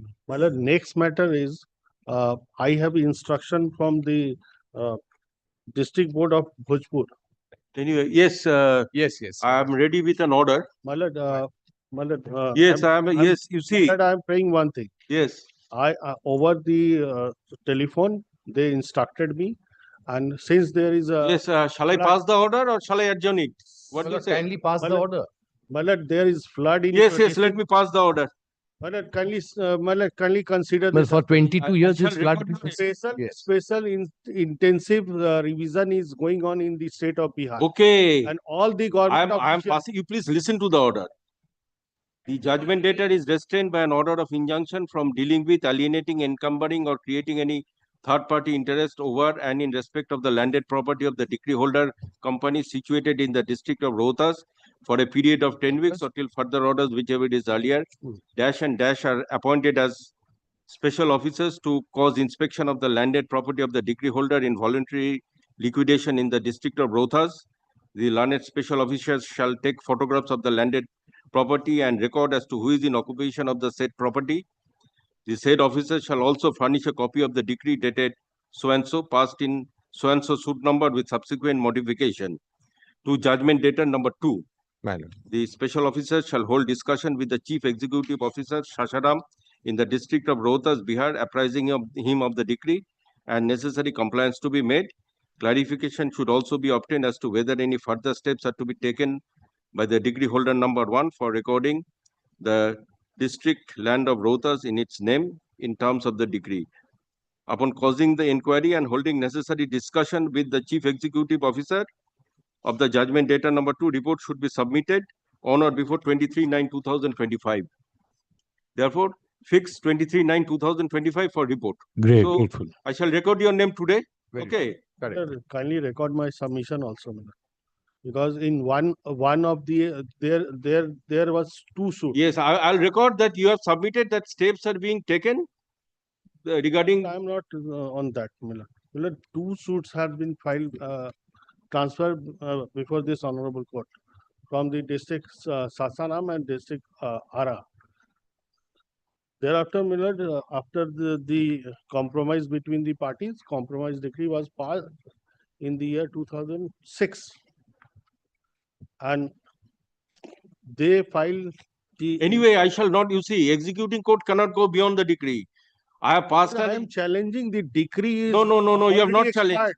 You have not challenged. Because I have Anyway, I am recording your submission that you are present and you are seeking some time. That I shall record. Well, kindly record that I have submitted that special intensive revision held by the election commission is going on the district and all the government official is engaged in that. Okay. That I shall record.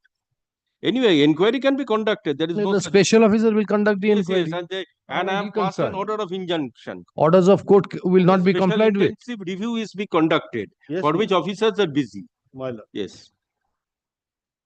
And that is why I am praying a fortnight time. I have because granted 30 enough time, you see. Because 31st August is the last date.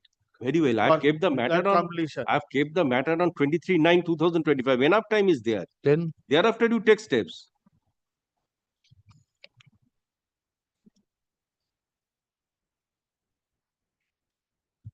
Anyway, it's good that you have appeared. It will be convenient for all of us my lord. to arrive at a decision. But that one execution application has been transferred by this honorable court to the district Ara. And this is another execution. This should also be transferred because no. Now he is saying it should be Immovable transferred. property Once he is situated saying in execution not maintainable, shall one he transfer. says it's. You first So try let to him take apply. steps that the matter can be resolved. Thereafter, necessary things can be done. Grateful. For report of the special officer to be mentioned. Yes. These 11 and 12. Yes. Learned advocate Mr. Taposh Dey, he was representing the other defendant. Yes. His son got hospitalized. Anyway, it is fixed at what time? My lord, this is not fixed. Yes. Commissioner, my So lord. today it was fixed. Yes. If my lord kindly. Okay, not this week. Item 11 and 12, not this week. My lord, second week of September. Second week of September. Okay, 11 and 12 on the learned advocates for the parties. Learned advocate for the plaintiff. The matter is adjourned till. Anyway, prayer is made by the matter stands adjourned till 9/9/2025. Yes. Well, 9th, Milord, I am some difficulty. 10th. Okay, 10/9/2025.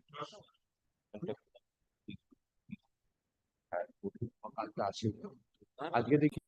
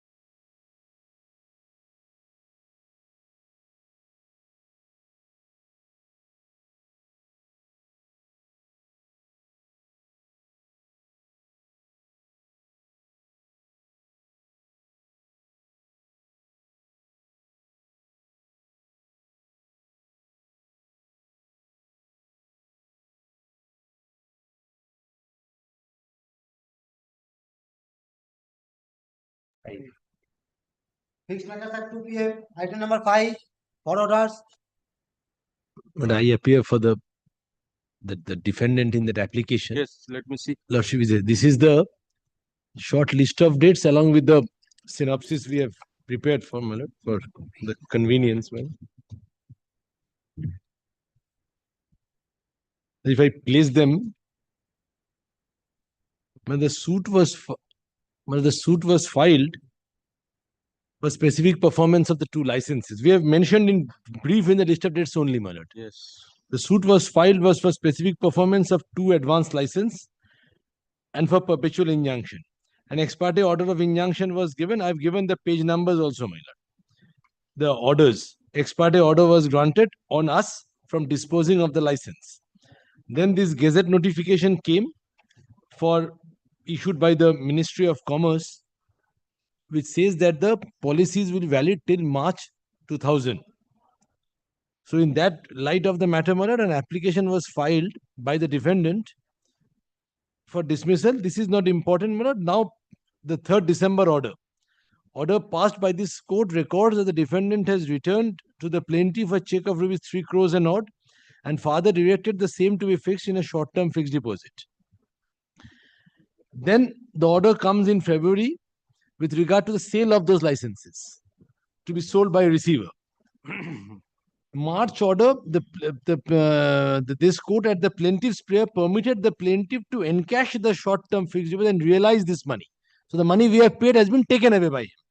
Now thereafter the auction sale takes place, which is in the month of March, of these licenses, and licenses were sold to successful bidder for a sum of rupees 1. Gentleman who purchased money, the Kayam export, 1.74 crores to the receiver's bank account there. Now the receiver's deposit confirmation, this is the receiver's report. Auction sale, yes. Auction sale took place in the month of March. Yes. Thereafter, my lord, for next 18 years, nothing took place. This money has now become 44 lakhs. 44 crores. No, it's 4 crores. It's 4 crores. It's 4 crores, 43 lakhs and odd, my lord. Yes, I believe it. Yes, under the receiver's account. Yes, it's 4 crores. So where the comma is concerned is a mistake in putting the. Yes. It's a 4 crores with the receiver's account. The receiver has filed a report also, my lord. In this background, my lord, my GA9 comes in. Yes. Which is now pending before the court. We say that the plaintiff has been paid off. There's nothing remains in the suit. The plaintiff has no interest in the matter. Plaintiff has practically abandoned the suit. And the plaintiff cannot seek any further relief. So far, the relief sought for in the claim. Now, receiver has filed a report with regard to the funds lying in with the bank. Now then, my lord, lordship directed an administrative notice to be issued on the defendant. So, day before yesterday, when the matter came up, the administrative notice has been served. Officer from my lord's department has personally gone to the plaintiff's office to serve them, and they have received it with a stamp and seal. I have checked, my lord, in my lord's. The administrative notice has been served through the special messenger to the address of the plaintiff. Now today I have said, my lord, that once this is sold and I have applied CPC. So this is your application, Yes. G9 of 2000. Yes. My lord's pleasure was why to keep the suit pending. That the question fell from my lord. Why to keep the suit pending? Because the plaintiff is no more taking any steps. Because if you apply the principles of Order 9, Rule 8, on the day the suit was called on, the plaintiff did not appear. Order 9. So G9 of 2024. Yeah. This is your application. Yes, this is my application.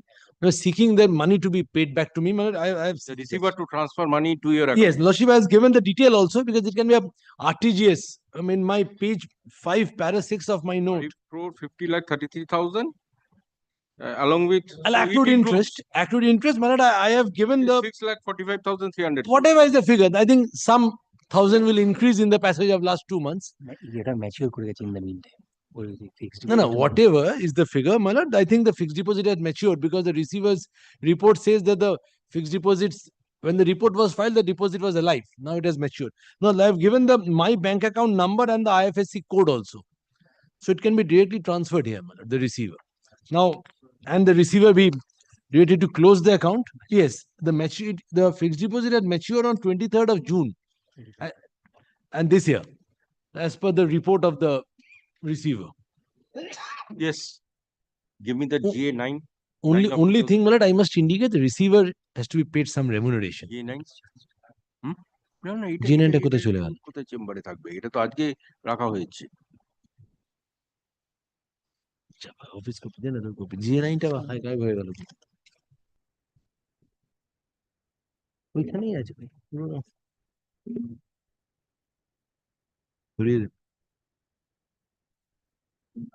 লিস্টে মামলা রাখার মানে কাগজ জানো না? Malad, for the time being can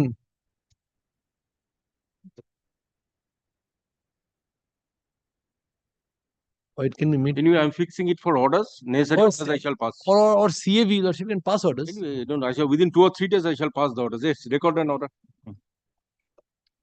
Learned advocate for the defendant is present. None appears for the plaintiff. Hard learned advocate for the defendant on GA9 of 2024. Let this matter appear for orders on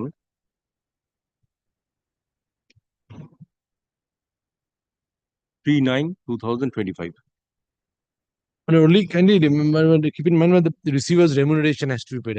Yes, at the time of passing the order. Yes, that will pay him separate. We should, because he's holding the account for such a long time. He's So a how member. much was the last paid? Was he paid monthly or? No. Never That paid. the initial, thereafter, after a few years and this. No, I think receiver is holding this money. He's a member of our library, Malad. He's holding this money for last 18 years. 18 years. And So he's only maintaining. initial remuneration paid. Yes.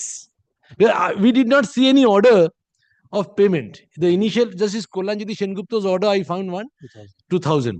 It is Shengupta's order of 2000, which records this auction sale and Therefore, you see 25 years he's holding that amount. yes, he's holding the account for 25 years. The money has increased substantially. In all fairness, he has to. It is not that he has told me, but it is my duty also. Yes, it will appear for orders on 3/9/2025. এটা ফাইলে রেখে দিও না। The Milord's brief is দেখি not. File পেয়েছেন? আচ্ছা ঠিক আছে 3/9 for orders থাকবে।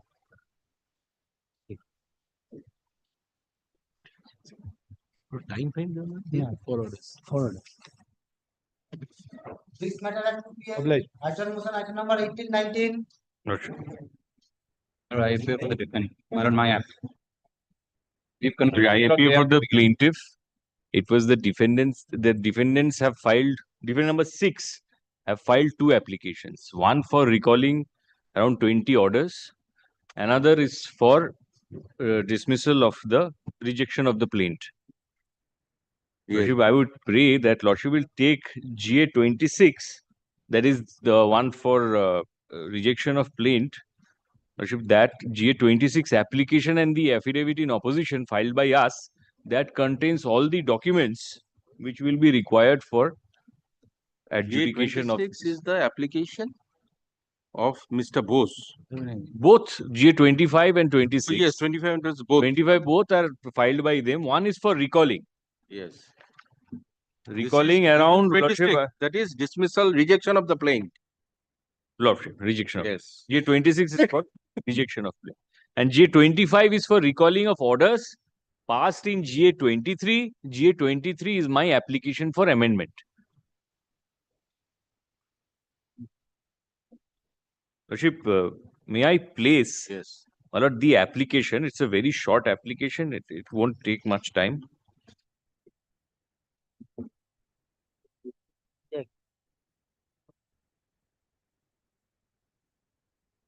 Page 6 of the application, Lordship will. Page 6 of the grounds. The affidavit in support of Master Summons. Lordship, I'm grateful.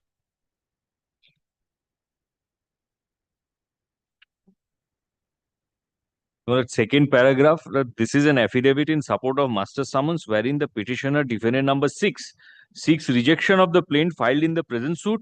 The present suit was instituted before this honorable court sometime in the year 1992, praying for the following reliefs. Lordship, I'm not troubling you, Lordships, but kindly seize prayer D, which is in page 7, prayer D, E, F. Lordship, there are reliefs which had been prayed by me against the defendant number 6, as well as G, my lord.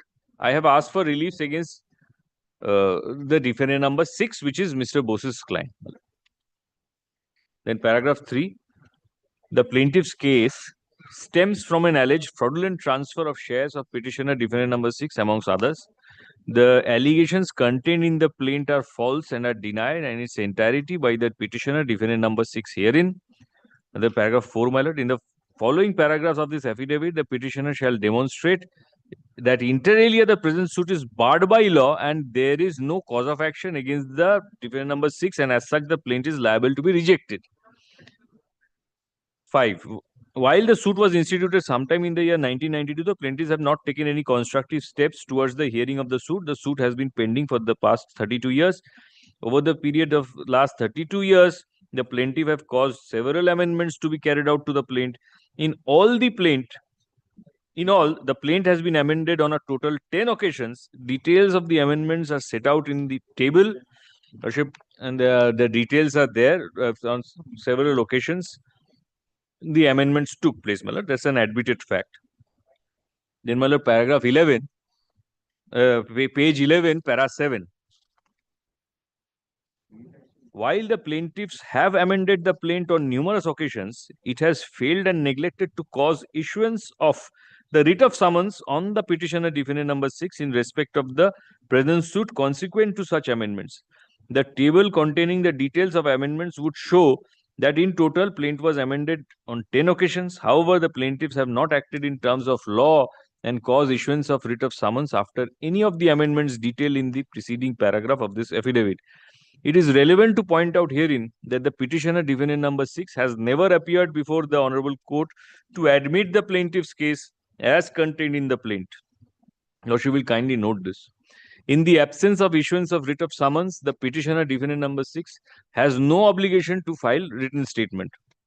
The plaintiffs, while carrying out amendment application, never mentioned the fact that the name of respondent number 6 changed from Tata Tea to Tata Global Beverages and subsequently to Tata Consumer Products Limited.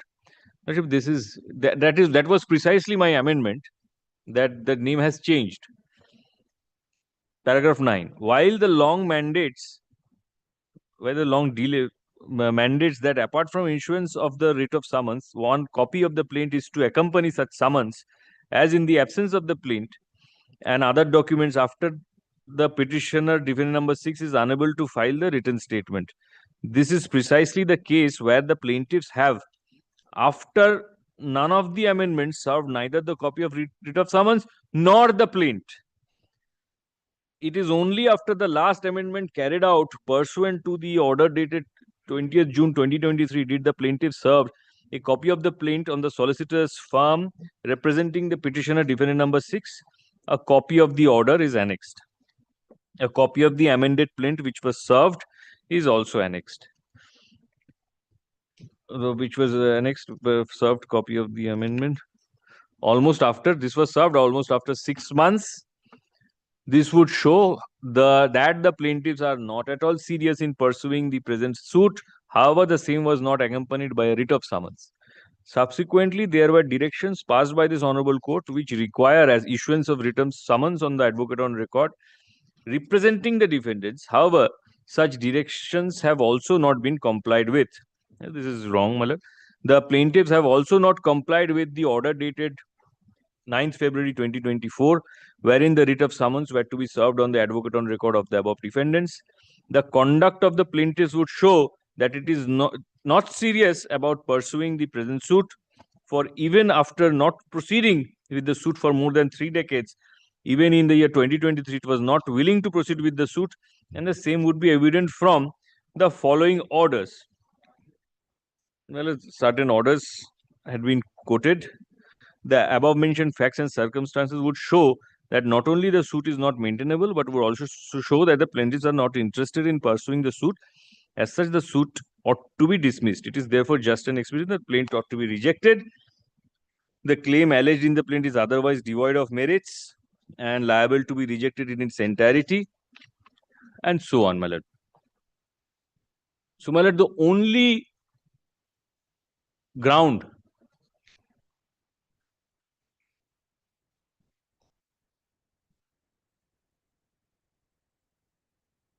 the only ground for rejection of the plaint is that writ of summons had not been served.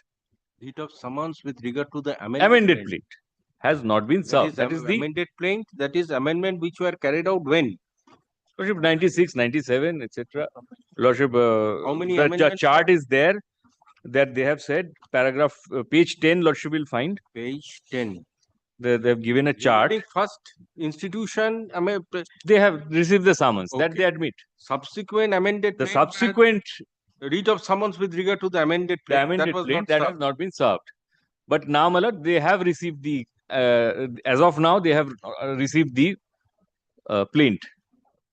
Lordship, the foremost duty, my lord, in the event that for non-issuance of writ of summons pursuant to amendment of the plaint, the suit would be dead or the plaint is liable to be rejected, either the law ought to have been cited or some judgment ought to have been cited. Lordship, neither any law has been cited before your lordship, nor any judgment has been cited that in the past for non-issuance of writ of summons post an amendment, that as plaint is liable to be rejected. At best, my lord, this can be a defect which is curable.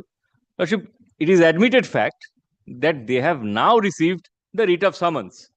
So, my lord, those defects, if any, Lordship, they are already But cured. with regard to that subsequent amendment, Lordship, I'm coming writ of to. summons was served. Did they file any additional written statement? That's why, my lord, Lordship kindly now comes to my affidavit in opposition. What was the stand of Tata Tea when this proceeding was going on? The Lordship will be able to appreciate. Lordship will kindly affidavit in opposition J26.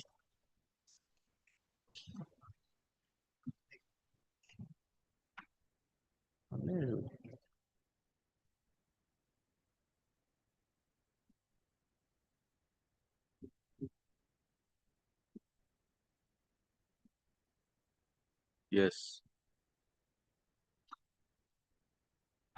Lordship, the fact that the defendant number 6 chose not to file written statement would be evident from two affidavits filed by Tata Tea during the hearing of the appeal in connection with the injunction application. Lordship, kindly see what they have written. Lordship, page 17, No, this the is your affidavit starts. Affidavit is yours. No, their affidavit. No. This with regard to GA.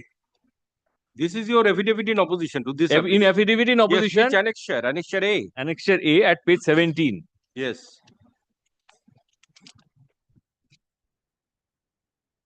At page 17 it starts. Page 20, your lordship will find that it is an affidavit in opposition on behalf of the respondent number 6, which is Debraj Ganguly, working for gain at Tata Tea Limited. And lordship will see at page 21 what is their stand. That in respect of, lordship, C, page 21, their stand is in respect of lordship, paragraph B, they have subsequently clarified, lordship, I shall show. Paragraph C is in respect of remaining 1,000 shares. This respondent is not at all concerned with the dispute between the appellants and the respondent number 1 and 2. However, this respondent shall, as it must, abide by the orders of this honorable court. Lordship, may I give a brief background of what is the suit is all about? Lordship, the plaintiff was the owner of around 43,000 shares, diverse shares, out of which 3,500 shares belong to the defendant number 6 company. No, anyway, you see, that is not connected with your this application, okay? No, We are not going to the merits of the case. no, merits is This not is a- required. this Since is a Mr. limited- Bose had given about the merits. The scope is only with regard to the non-service of the writ of summons with regard to the amended plaint. Whether your suit was dead or not, that is the second question. And the third is with regard to the, after the death of this Manmal Bhutoria. Yes, only original plaintiff, you see. That is very easy. That is They original have, plaintiff. they're not And pleaded. then whether there was no amendment of that prayer or the schedule. Yes. That is the question, you see. That was the stand taken by Mr. Bose. Yes, that was a stand that is very easy, man, not This is pleaded. There's a stand So taken. no question, even your case suit is not meritless, you see, at this stage, that will not be gone into. Not be gone into. I'm grateful. Only you have to justify So- that the your So suit what was not I a want dead to say, suit. Lordship. Your amendment was not given in a dead suit. That is the thing. And that without carrying out this amendment with that is the schedule, whether you can maintain that suit after Lordship. after Yes, the yes, I death of can the maintain. original plaintiff. Yes, yes, I can maintain, my lord. Lordship, paragraph, I've shown page 21. See, they say that I shall abide by I am not concerned with the dispute between plaintiff and the defendant numbers 1 and 2. I shall abide by whatever this honorable court decides. Lordship, similarly, another affidavit is the supplementary affidavit at page 28.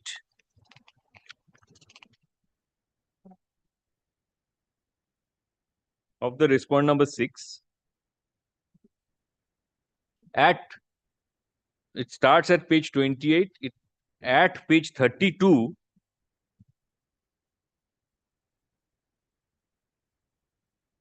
it says, Page 32. Page 32. It starts at 28, Mala, the supplementary affidavit. I'm referring to paragraph 5 at page 32. Okay, supplementary paragraph 5. Paragraph 5 in page 32. No, 32 is the annexure. Page 32 of the supplementary affidavit is the annexure. No, page 32 of this affidavit, running page, my lord. Running page 32. Okay. This affidavit in opposition. Lordship, it is part of cases. In the affidavit in opposition. Yes, page 32. Page 32, paragraph 5, Lordship found. I say that the filing of the suit by inter alia the transferor for setting aside the transfer prompted the transfer agent of the respondent number 6 to write to the respondent number 6 that the transfer agents shall continue to hold on to the share certificates pending adjudication of the said suit, and until further orders as passed by this honorable court, I say that the respondent number 6 shall abide by the decision of the honorable court and deal with the share certificates in the manner directed by this honorable court. I further say that as regards the benefits such as issue of bonus shares, dividend, etc. in relation to the said shares, no action will be taken by the respondent number 6 during the pendency of the suit without the leave of this honorable court. So, my lord, the stand of the respondent number 6 was very clear that I am not concerned what is the plaintiff's claim against the defendant numbers 1 and 2. I shall not give effect to any transfer which had been made by the defendant numbers 1 and 2. I shall hold on to it. And whatever this honorable court decides, I shall act about it. So there was no question by the defendant number 6 to file any written statement. So that is why they never contested, they never filed any written statement, and they did not do anything for long back. But recently something happened. Because you see, yes, those are the facts to be taken into account. This is a question of law, that whether the plaint has to be rejected or not, and how you can justify. That is the question. Maybe their conduct is to be taken into consideration, but the Lordship's real query issue was is that Lordship's query was whether they have filed written statement. So my answer is they chose not to file written statement the amended plaint. To the amended plaint or the earlier plaint, the original Because plaint. See, the written statement is to be filed from the date of receipt of the summons. That they received the summons. Okay. They did not file any written statement. Application for extension of time to file. Nothing. Okay. Because they had a very clear stand that I will not go into the dispute as to who is the owner of the shares. Let the honorable court decide who is the owner of the shares, and I shall abide by it. Precisely, it is the title of the shares which is to be decided in this suit, my lord. So that was their stand, and that is specifically they chose not to file any written statement. So that is why. Now, my lord, the falsity of their case that they have neither received writ of summons nor the plaint that is specifically pleaded. Lordship, kindly see page 35 onwards. Yes. Lordship, see, this is a letter addressed by Lordship, one of the most reputed law firms, Khaitan and Company, had issued this to another reputed law firm, Victor and Moses. They are still representing defendant number 6. Lordship will see to Messrs. Victor and Moses in terms of order dated 7/5/97. Lordship will find this date in their chart, which at page 10 of their application. Passed by His Lordship, the Honorable Justice Sudhir Kumar Sinha. We send here with a copy of the amended plaint upon you. That is page? Page 35, running page 35 of the affidavit in opposition. Yes, yes, yes. Lordship, we are issuing this letter to Victor and Moses. 17th May 1997. 1997. Yes. Lordship, they had all throughout they have received. They are what they have written in their application is completely wrong, my lord. It's false. May I have my lord's leave, my lord? Yes. My lord, may I have my lord's leave? So, my lord, Lordship, it is very common, Lordship, in the original side, that when Lordship and plaint application for amendment is filed, an order for amendment is made, and it is a very common order that service of fresh writ of summons is waived or dispensed with. It's a very common order. And Lordship, in the original side, because in those days, even the attorneys, they had to take an oath. Lordship, this is a very, the attorneys would take the service of summons, and that would be the service of the plaint. That is a good service. And that is good service. So, my lord, this is an old suit, my lord. We now have taken change. We have got hold of some of the documents by which they have been served. So, my lord, this is to Victor and Moses. They're still representing. Victor and Moses is still representing defendant number 6. This was given as back as 1997. Lord, in their affidavit in reply, they said that service on Victor and Moses is not, cannot be done. The service ought to have been done on the defendant number 6. Now, kindly see the next page. Lordship, another copy has been given to Tata Tea Limited, to their office. Again a lie, my lord. My lord, kindly now sees page 37. It's a simpliciter service of the amended plaint. Lordship. There was no specific direction regarding writ of summons or... No. Lordship, we have not got hold of the orders. We could not get hold of the orders by which the amended plaints were amended. Whether there was any dispensation. Whether any dispensation or That not, orders but did whether it not should be assumed, my lord, from the conduct and no dispute raised by the parties from 1997. Suddenly in 2024, they think that let us raise some dispute. Why that I would also, Lordship, say, because they have in the meantime dealt with some shares.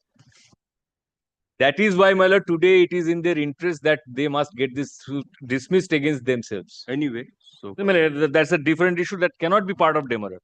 Lordship, page 37, Lordship will see. Page 37, this is in 2014.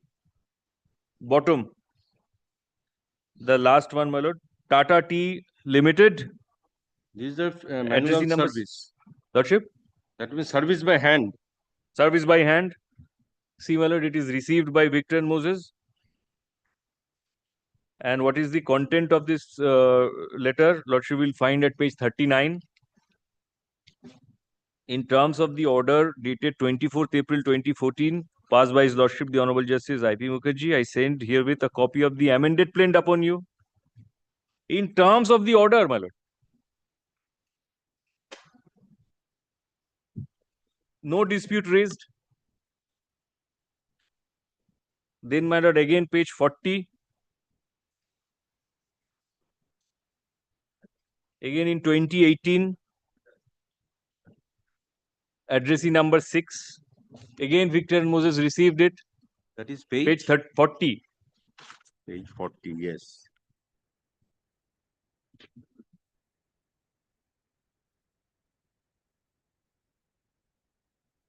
Yes. Again, addressee number 6, Lordship will see, Tata Tea through their advocates, Victor Moses. Yes. And again, it has with their due receipt by Victor Moses. Lordship, in their affidavit in reply, they have not denied receipt.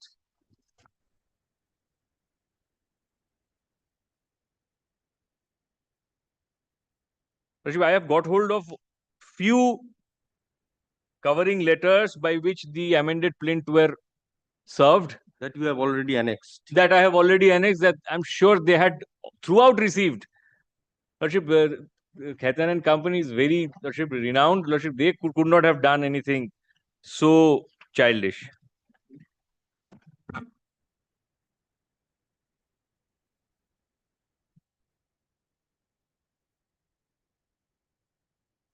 Okay. 42 rupees. And Lordship will see, they said that I have, it is their one of their cases that we have not taken any steps from 1992 and the suit was dead and the suit languished in this honorable court. Lordship, I have come across one such order. Lordship will see page 42. Yes. Where Lordship will see, this is an order dated 28th February 2013. And Lordship will see it is, the defendant number 6 is represented. Miss such and such advocate for the defendant number 6. Yes. And an application was moved.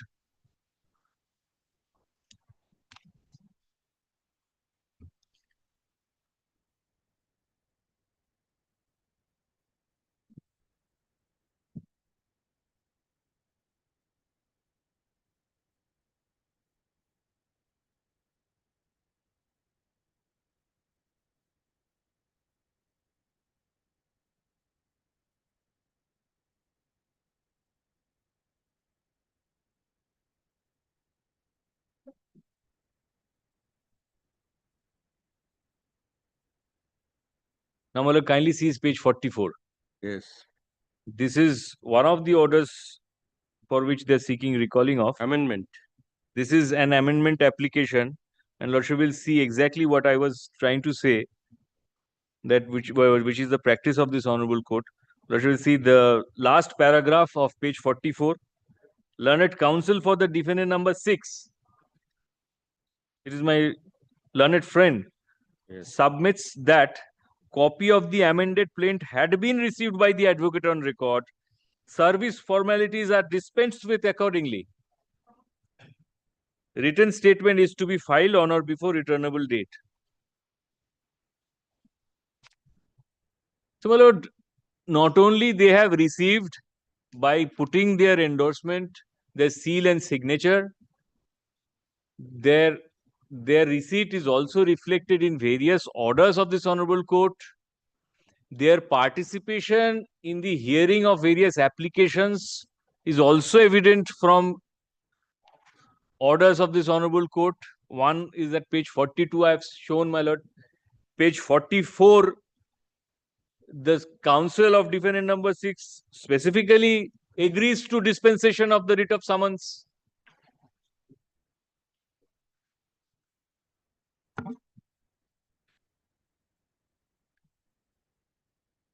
And Lordship will kindly see page 44, second paragraph. Okay, service formalities are dispensed with. Dispensed with. Lordship, this is very, very common order which is passed in the original side. That it is dispensed with or it is waived. We make prayer, my lord. Service of fresh writ of summons be waived. There is one such prayer that we usually make. From Lordship, second paragraph, from the report it appears that summons were served upon the defendant long ago. However, amended plaints are to be served upon the defendants. So, my lord, again, the summons were served on the defendants. So, my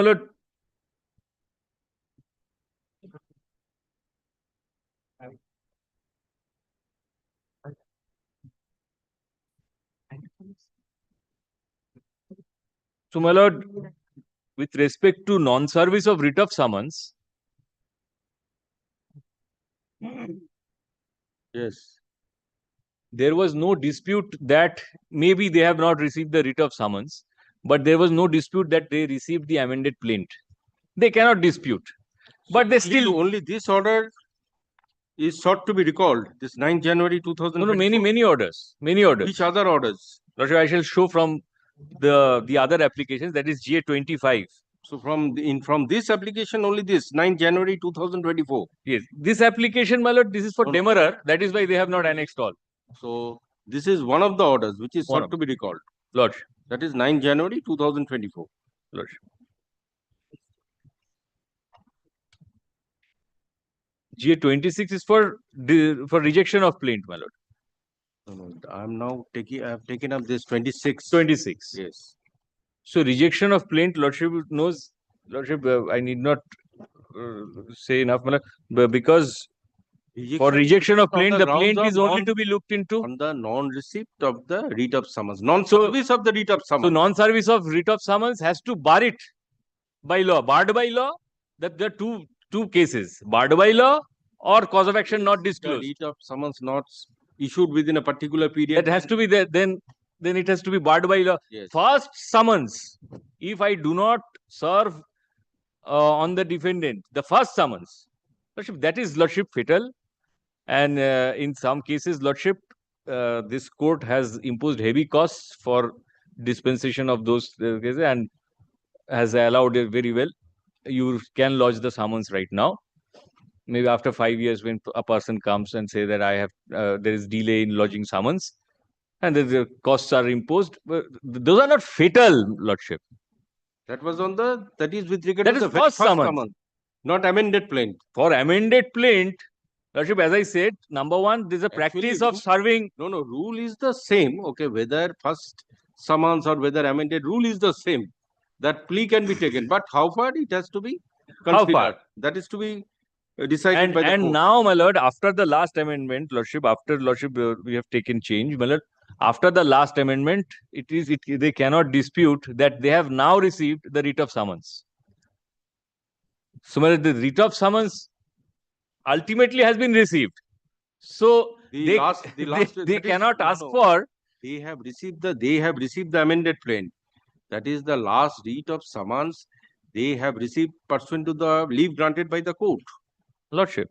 Okay, where is that order? Have you annexed that? Lord, I am not annexed that, my lord, but my lordship will see the other application, GA 25. Anyway, so this is with regard to GA 26. This is with respect to GA 26. Is anything else? No, there are other, my lord, there are judgments. Just, I apologize for interjecting. Just upon instructions I am submitting, my lord, we have not received writ of summons. I am told that the plaint was served on the advocate on record. No, that is what I am just My lord. asking. Then, my lord, kindly ask the sheriff. No, amended plaint is received. It is an admitted position. Yes, even writ of summons. Is it a case, as per the records, as from your pleadings, that writ of summons was subsequently to the amended plaint, subsequently In issued 23 or upon 24. obtaining leave of the court? Yes. Because if you have to issue, you have to obtain leave of the court. Yes. So, have you annexed any of the orders, or have you pleaded that in your petition? Lordship will see the other application, my lord. Okay, I shall consider. So this is so far with regard to GA 26. Anything else to submit? Lordship, there are judgments, my lord. I shall GA show, 20 my lord. that you submit with your written notes. So GA 26, anything else to submit? GA 26, my lord, is my case is with respect to the schedule. My lord, whether I can maintain. That is paragraph. No, my lord, no paragraph. Lordship, this was an argument made without amendment of the schedule. Whether exactly your plaint can be so I have, sustained. Lordship, placed the entire application. Yes. Lordship has not found any pleading with respect to such a case that without amending the schedule, I cannot maintain this suit. In any event, so my first point with respect to that is, there is no pleading. No pleading, Lordship will definitely not consider. Second is, my lord, this is on merits. Lordship will not decide the merits, whether I can maintain the suit or whether I can be successful in the suit. So this is not the case of the defendant 6 petitioner. Defendant 6 petitioner made out in the application. It is as per submission of the council. Submission on from the bar. From the bar, this was made that this has to be done. হ্যাঁ সেটাই না দেখাবো বলেছি আমি Lordship, The other applications we can. yes, from the other application, Lordship will see the orders. So for which they have let asked us for take recall. up GA 25. GA 25.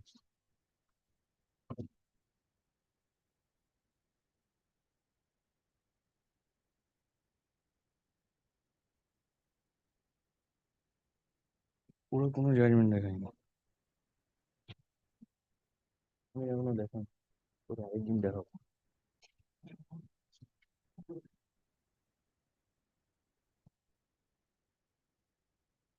Lordship, from page 18, they have asked for recall of 10 orders. Page 18.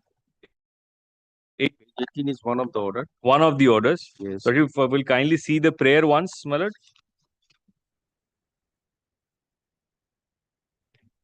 Prayer, which is at page 14. Yes. Maybe 3 p.m. 6. The order dated 20th June 2023 passed in GA 23. GA 23 is my amendment application. File be recalled. B. The orders dated July 20, 2023, August 11, 2023, September 4, 2023, September 5, 2023, September 22, 23, November 29, 2023, January 9, 2024, March 7, 2024, and March 12, 2024 passed by this Honorable Court in respect of CS such and such be recalled. The application being GA 23, which is my amendment application, be dismissed. The stay of order dated such and such till disposal of the present suit. This is the order by which the amendment was allowed. That is June 20, 2023. Okay. Prayer D. And stay of other 9 orders. So GA 23 up to 2023. Now, Lordship will kindly see page 18 onwards that these are orders passed in their presence. So they are left with 2 options, either review or appeal. There cannot be a recall. So you will see there are two names which are appearing. The defendant number 6, second para, Learned Counsel appearing for the defendant number 6 submitted that there are some errors in paragraph 9 of the application. As such, the original defendant number 6, which was Tata Tea Limited, became Tata Global Beverages and thereafter became Tata Consumers Product Limited. Paragraph 9 is silent about the change from Tata Tea to Tata Global Beverages. Her submissions, this court is not at present adjudicating upon the sequences of substitution of the defendant number 6. Even if some errors are there in the statement of fact, the same shall neither affect disposal of the present application nor the adjudication of the suit. This scope of hearing of the instant application is only substitution of parties and making amendments. As Learned Counsel for the defendant number 6 did not raise any objection in respect of the proposed amendments, let prayers A to C of master summons be allowed and the department is directed to do the needful. So there is no option, my lord. So none of the orders were shown to your lordship. Now, my lord, kindly sees the subsequent orders, report of the registrar, original side, again in the presence of the defendant number 6. Dated be kept in the record, the application shown to be disposed of in the said report shall be recorded in the server. A compliance shall be submitted by the learned registrar original side on the next date. Department is also directed to carry out the amendments in terms of the order dated 20th June 2023. The next paragraph, the next page, my lord, page 21. Liberty is given to file a fresh proposed amended plaint by way of a supplementary affidavit. Then page 22, the suit stands adjourned to 5th September 2023. This also, Lordship, they have asked recall for. page 2022. Page 23, learned counsel for the plaintiff submitted that further liberty may be given to file fresh proposed amended plaint. So all these lordship will see was passed. All the orders, page 24. Again, Mr. Mukherjee appeared for defendant number 6.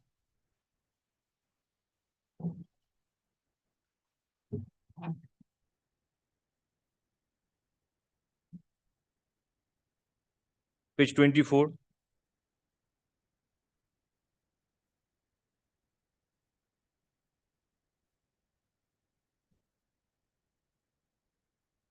Page 24, Lordship will see learned counsel for the plaintiff submit that a copy of the amended plaint has been transmitted postally by the plaintiffs to the defendants. However, the learned counsel assures that in course of the day, another copy of the plaint shall be handed over to the learned counsel for the defendant number 6.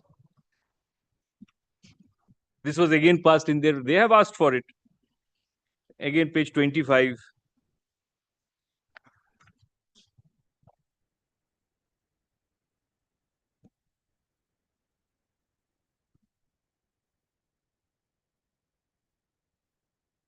Well, these are all orders passed in their presence.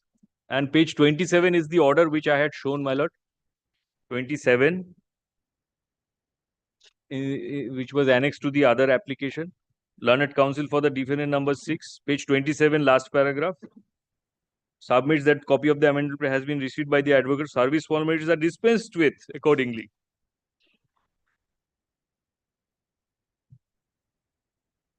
Now, my lord, page 29. This is the order which lordship wanted to see. GA 24 of 2024 is filed with a prayer to issue writ of summons upon the learned advocate on record of the contesting defendants, along with other prayers, none opposed. GA 24 be allowed. Prayers A and B with respect to GA 24 are allowed. It was present in. If they were present, their names may not be appearing, my lord. At least it was served. They cannot deny that. Extension is granted to the defendants to file written statement. Defendants, all the defendants. Defendants means all the defendants. Lordship. I believe Lordship has a 3 p.m. fixed matter. Lordship, may I continue on the next day, my lord? Lordship will give a short date, my lord. I shall complete on that day. I shall show few judgments. Continue and conclude on the next day. On that date, Lordship. I have only 15 minutes of submission. My lord, may I make one prayer, my lord? Yes. My learned friend will conclude. I'm not coming in the way. My lord, I'm being led by Mr. Bose, my lord. I believe he's going to conclude on the next day itself in a Let very him short. reply on that day. My lord, I'm told that he's got some difficulty, personal difficulty. He's not available till the 10th of September. If it could be any day thereafter, my lord. Next week, will he be available? My lord, he's not available from tomorrow onwards till the 10th of September. Yes, record an order.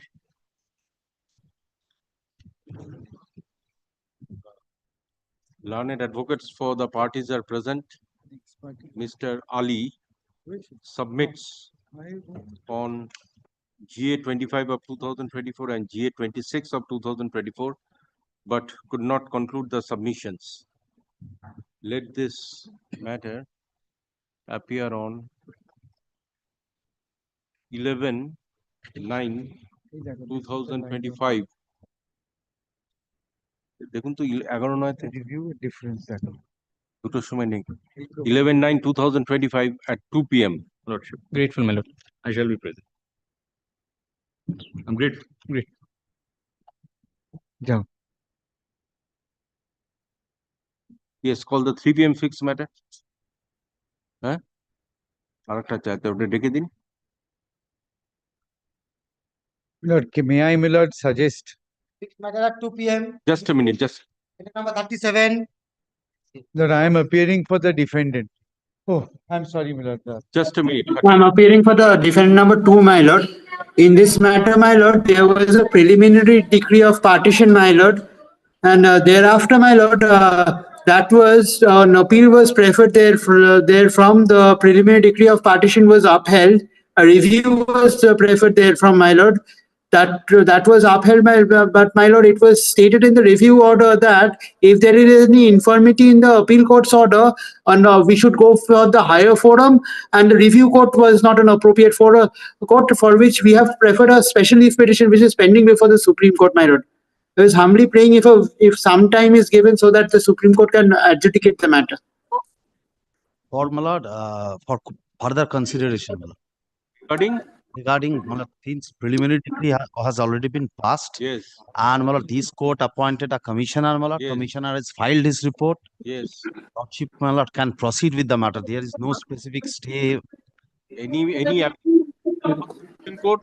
My lord, here we do not have any information. Do you have any copy of the order that the matter is admitted before the Supreme Court? No, my lord. Any copy of the order? The matter is pending before the Supreme Court. That is. How can we know? Any copy of the order or any advocate's letter, whatever it is, anything is there? Advocate's letter I can produce tomorrow, my lord. If my lord keeps it tomorrow, I can produce the advocate's letter tomorrow itself. Simply, my lord, they are lingering the Yes, procedure. It is pending before the Supreme Court. This is for sure, and I can produce the advocate's letter along with the case status of the Supreme Court, my lord. Let this matter appear on 1/9/2025 at 4 p.m. Deeply.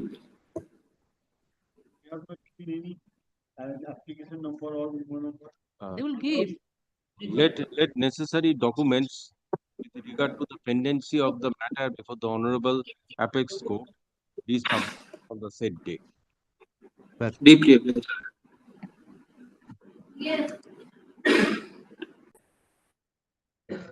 Yes, call the 3 p.m. matter.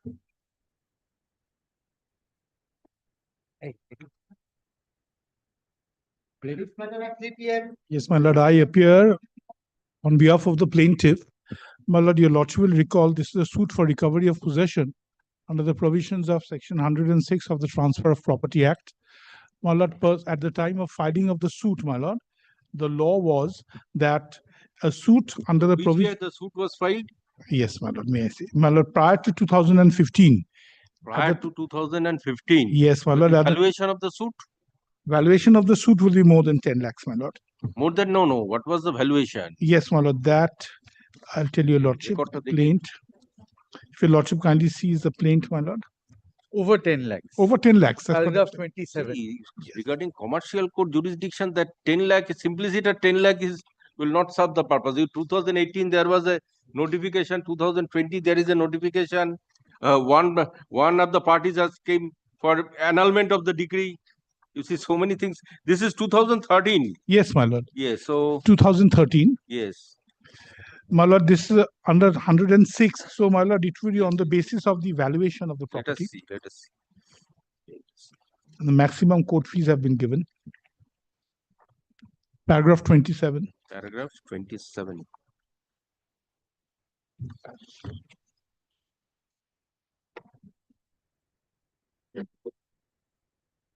Valued over 10 lakhs. Anyway, but you see, so far the pecuniary jurisdiction of commercial court is concerned, the High Court's exercise of power with regard to the commercial dispute came into force with regard in 2018. Yes, my At lord. that point of time, state government issued a notification that it has to be 1 crore, High Court. You see, so for the 2018, thereafter, in 2020, it came down that yes, 1 lakh will serve the purpose.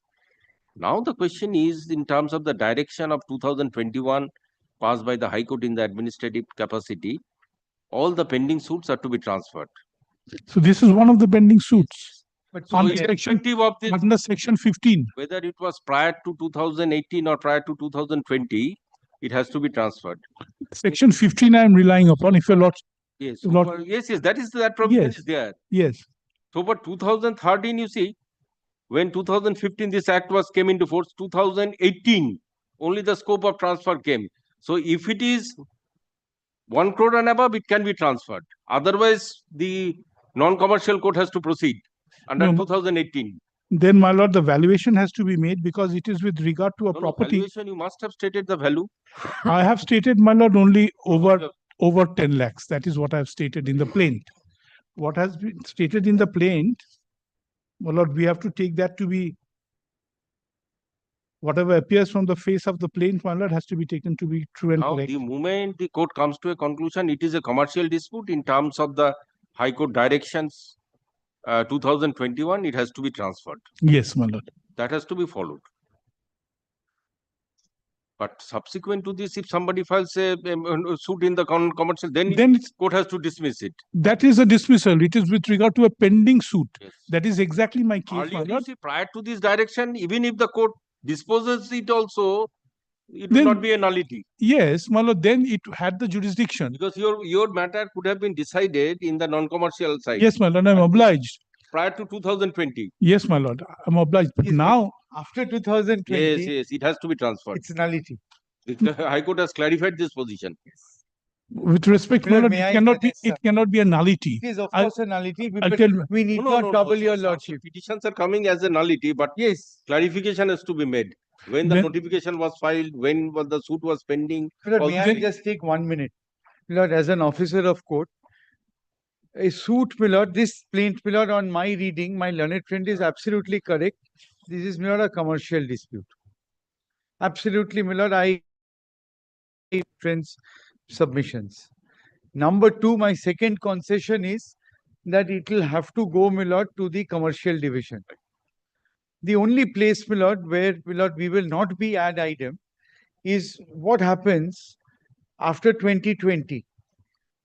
My lord, yes, after 2020, whatever has happened in the suit, my lord, what happens to that? That's number one.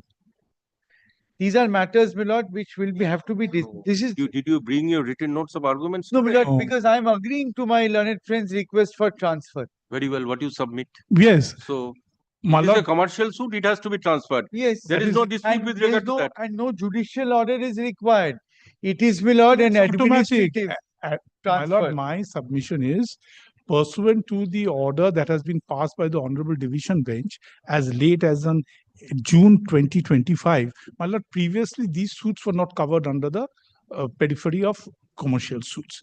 Now, my lord, your lordship knows the Division Bench of this Honorable Court has passed a recent order wherein it has been held that suits under 106 of the Transfer of Property Act, no matter whether it's a violation of a statutory right or not, my lord, it will be covered.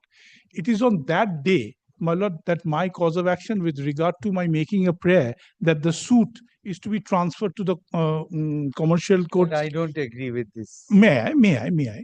My lord, arises. What is your stand? My lord, I'll tell you. No, what is your stand? This court has to retain the jurisdiction. It cannot, because it is by operation of law, matter automatically. May I just take a minute so that my learned friend addresses only on the issues where I'm not conceding, because I'm conceding mostly. My reading, my lord, of the situation is this. Your lordships, my lord, do not legislate. Your lordships declare the law by your lordship's judgments. Now, my lord, declaration of law, my lord, doesn't change the law. So, your lordships have recently declared that Section 106 Transfer of Property Act cases are commercial suits. Before that, your lordships had said that they are not commercial suits. But that doesn't mean that the law was, my lord, different. The law has been corrected. So I don't agree with my learned friend when he submits that my cause of action is now. Your cause of action always remained. Because after the date of promulgation of the Commercial Courts Act and the subsequent notification, this is a matter which had to be transferred to the commercial division. Your lordships had been not given a different judgment. Now your lordships have corrected your lordship's view. Declaration of law doesn't change the matter. But, my lord, to be very honest, these are matters which will be decided by the transferee court, which is again your lordship perhaps. But this has to be administratively transferred. Let my learned friend take steps for administrative transfer. It would be better you just bring that decision. Probably, I was not a member of that bench. Probably. No, my lord, I have given. Have you given the decision? My lord, I have given the written notes along with all the four written notes. My lord, it's called T. Thompson. Kindly see T. Thompson. I've got it here, my lord. I've got it here. I'll bring it to your lordship. My lord, if your lordship kindly sees, I've given my lord, index. promulgation of law, my lord, with deepest of respect to my learned friend, So the then law, we'll have to argue this may I. The law changes with the promulgation of law by my lords. It is not that the law will remain as it is, but the judgments will be otherwise. If your lordship will kindly come to that judgment, reported in T. Thompson and Company. 23 page. My lord, yes, my lord. 23 of your compilation. That's right, my lord. 23, your lordship would be pleased to come to paragraphs 115 to 124. I'll not trouble your lordship with the entire judgment. It's a pretty longish judgment. Internal page 83.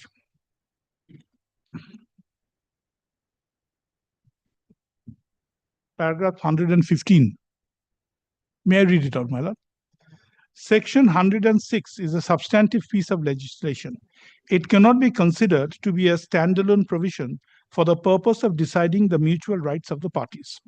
It only lays down the procedure to be followed in terminating the lease. It does not provide a remedy.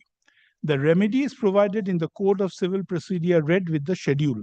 However, the Commercial Courts Act 2015 has carved out few disputes and classified them as commercial disputes to be exclusively decided by the Commercial Division, subject to the fulfilling the requirement of specified value. Next, Section 2, subsection 1c defines a commercial dispute, which means a dispute arising out of a class of matter mentioned therein. A dispute in simple terms would mean a controversy, something which has been questioned. It is not the same thing as a cause of action or a mere incurring of a liability. A dispute may mean an argumentative contention and difference of opinion. It can be a dispute of law as well as of fact. It can be a conflict of claims or rights, an assertion of a right, claim or demand on one side, met by contrary claims or allegations on the other. Next, a dispute of a commercial nature arises out of an agreement and is resolved with reference to such an agreement, with the possible exception where the issue arises as to whether there is a concluded contract. The dispute cannot be in vacuum. This is where the difference comes in the opinion of the Honorable Division Bench with that of the previous learned single judge. The construction of the lease agreement is essential to understand the validity of the notice under Section 106 of the Transfer of Property Act. Hence, one cannot disregard the agreement even when it is determined under Section 106 of the Transfer of Property Act as settled by the catena of decision of the Honorable Supreme Court, few of which we have referred earlier. My lord, pausing here for a moment, my lord. My lord, the previous... My lord, the previous judgment held that violation of Section 106 was a violation of the statutory right, as a result of which there was no interpretation of the lease deed as such. But this is where the difference, which has been held by the Honorable Division Bench, that no matter whether it's a violation of the statutory right or not, the construction of the lease agreement is essential to understand the validity of the notice under Section 106. So this is where the interpretation of the lease, which is being covered under the Commercial Courts Act, is coming into being. That means the property exclusively used for commercial purpose. Yes, my lord.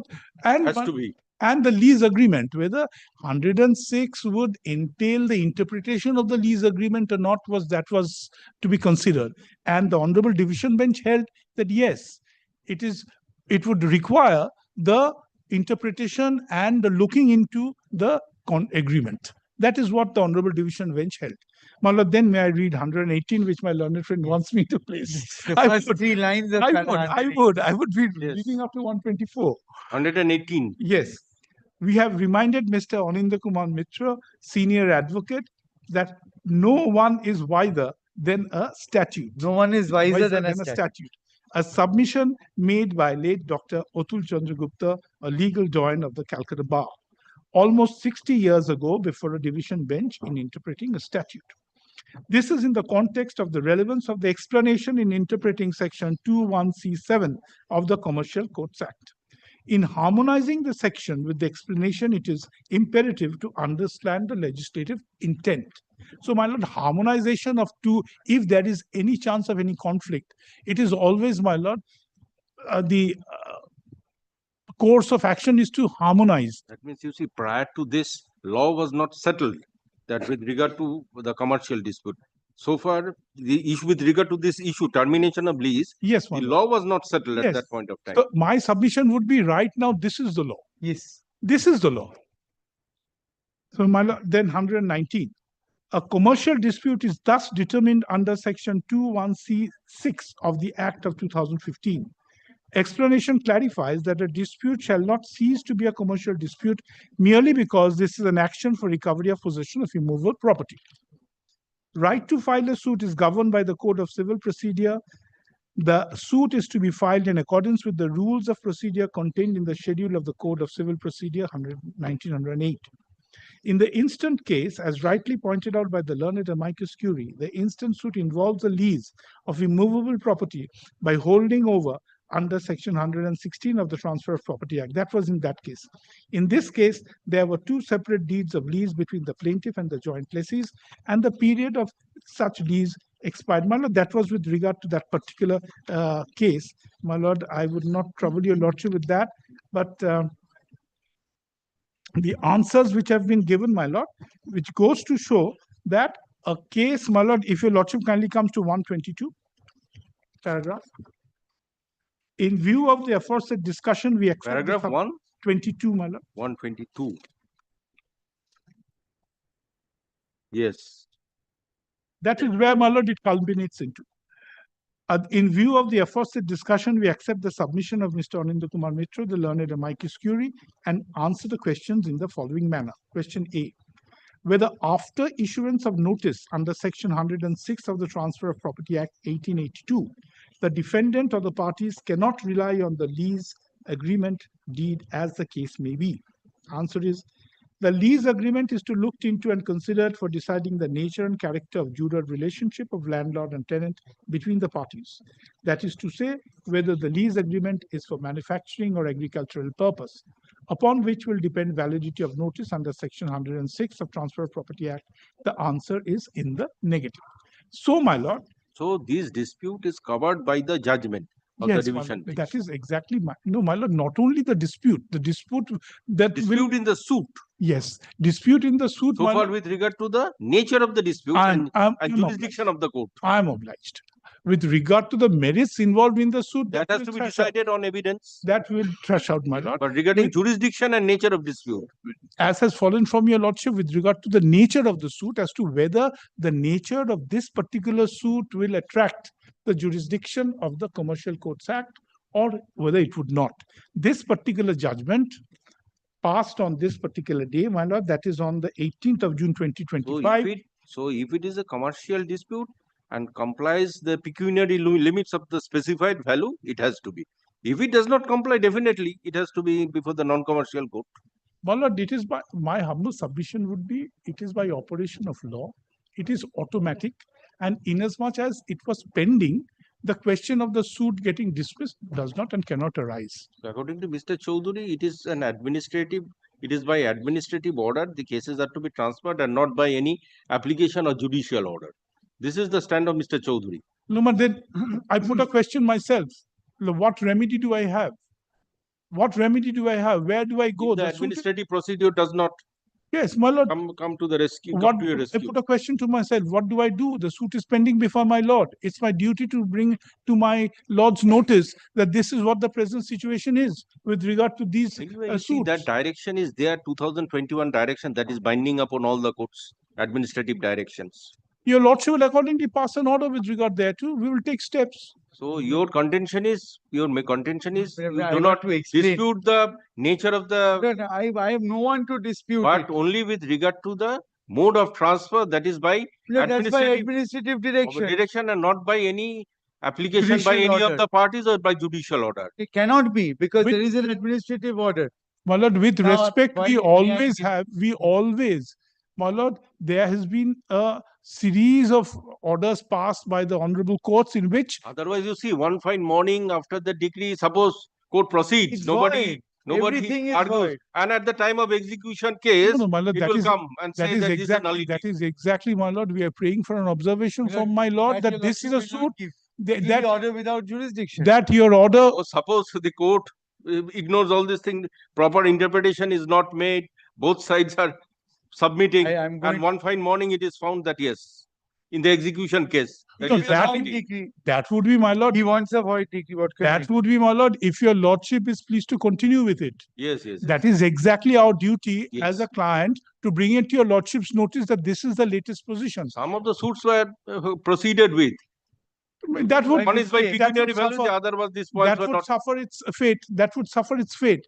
But now that this judgment has come in, now that this judgment has The come law in, is settled. yes, the law is settled, and your lordship, as my lord, with deepest of respect, your lordship has been, my lord. What should I say? That jurisdiction does not remain with your lordship. So now let me see only the Supreme Court order. That is, May I just take 5 minutes? yes, yes. Because Place it that is- order also, Supreme Court order. Yes, yes, I'm going to show. That's what I have open in front of me. But first, my lord, the background. Here, my lord, what had happened, why, and then your lordship will understand, my lord, why, my lord, my learned friend is making these submissions. My lord, he files a suit and he obtains an order in summary jurisdiction for me to, my lord, make payment of a certain amount of money as a condition precedent to defending and filing written statement. This order is there. Now, so, my lord, he would be entitled to a decree. He files an application for a decree. He doesn't get, my lord, a decree. The division bench says that no, even if it is an undefended suit, you have a right to cross-examine. I then, my lord, file an application under Order 7, Rule 11, saying that A, it's a commercial suit. You are insisting that it's not a commercial suit, which is wrong, and the suit should be dismissed. Now, from this order, which, my lord, does not give him the right, my lord, to a decree, doesn't give him a decree as he prays for, he goes to Supreme Court. Before the Supreme Court, my lord, I gave an undertaking that I will withdraw my Order 7, Rule 11. I said I will only ask 2 to 3 questions in cross-examination, because this is a suit which is a commercial suit and it will have to be dismissed. The Supreme Court ordered now. That, my lord, is recorded in the Supreme Court order. I want to place the Supreme Court order. Copy nahi? Hey, tomar kache aaje? No, I think we had submitted a copy of the order. My lord, my advocate on record is traveling today. Do pata ekta order ache Supreme Court. Dated 7th of April 2025.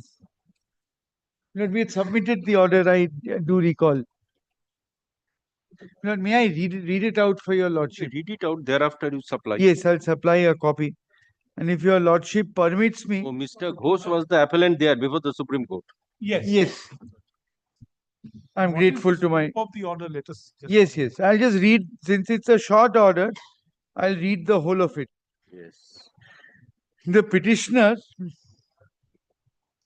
is the landlord plaintiff in a pending suit for eviction before the High Court at Calcutta. Oh, lordship has found it. No? Yes. It is aggrieved because of the liberty that has been granted by the division bench of the High Court to the tenant defendant as recorded in paragraph 21 of the impugned judgment and order. The limited right of a defendant in a suit which has been refused, who has been refused leave to defend and whose defense has been struck off, is elegantly articulated in the decision of a coordinate bench of this court in Modular India, which travelled from the High Court. We share the opinion expressed therein. Since the liberty has been granted by the division bench of the High Court, aligns with the articulation of law in Modular India, we are not inclined to interfere. Hence, special leave petition is dismissed. However, we request the High Court to make sincere endeavour to dispose of the civil suit within 6 months, subject to its convenience and subject to cooperation extended by the parties. If any unnecessary adjournment is prayed for by the tenant defendant, High Court may deal with it appropriately.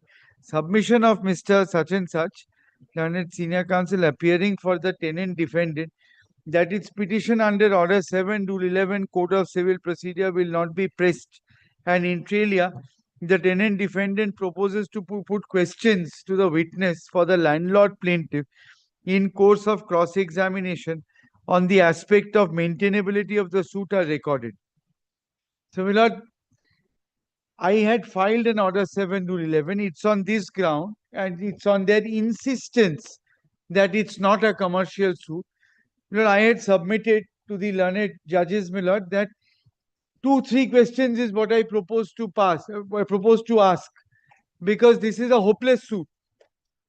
And that's recorded. So 7/4/2005, 2025 is the order of the Honorable Supreme, Supreme Court. Court. Now, The order of the division bench when? 10th January 2025. No. Oh, that from which? Definitely May, month of May. 18th June, my lord, 2020. Oh, this is 18th June. Before that. Yes. Now, they were And it was a insisting. commercial suit, No, 1 minute. not They were commercial suit. insisting. They were insisting that this is not a commercial suit. Then it was not. Then it was not. Then So it this was not. silent. Now, my lord, after that, the final reference judgment in T. Thompson comes.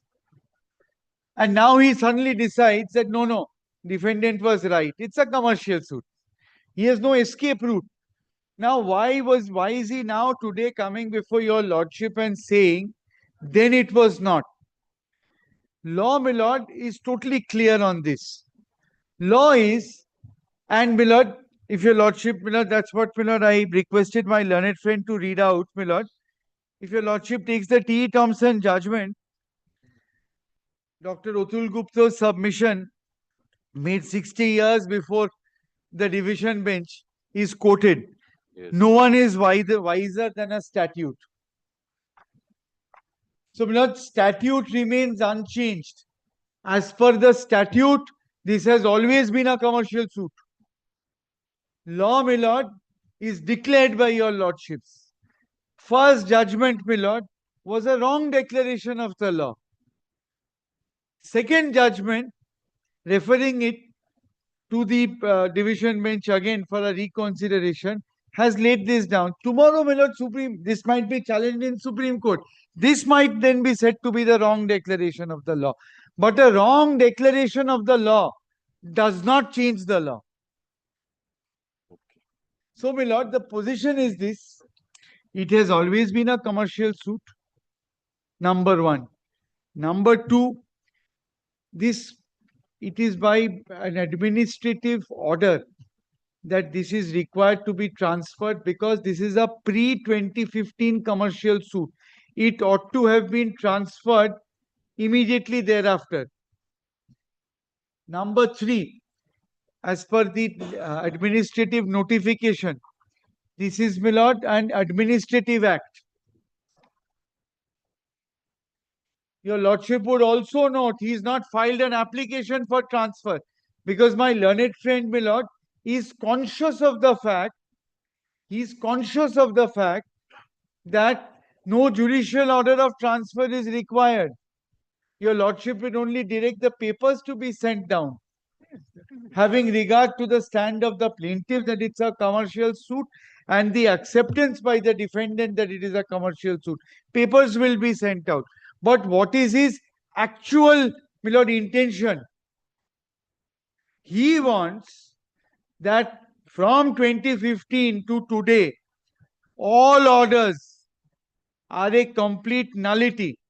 He wants, my lord, your lordship to, my lord, observe that those orders have been validly granted, which would be, in my humble submission, not a correct request, because it would be an order in the absence of jurisdiction.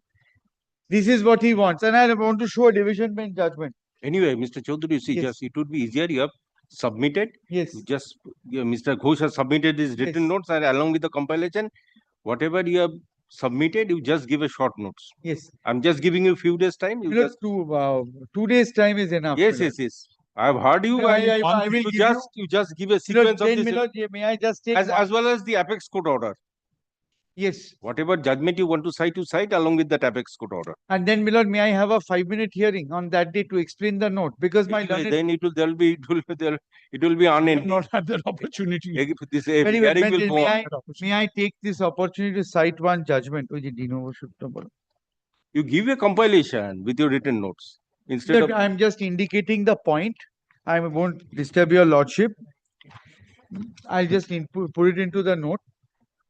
I'm going to, my lord, rely on a division bench judgment of this honorable court, probably to which, my lord, your lordship was a member. I don't recall. No, that's not correct. Which says that upon transfer, timelines are to be fixed afresh. And, my lord, matter must go on.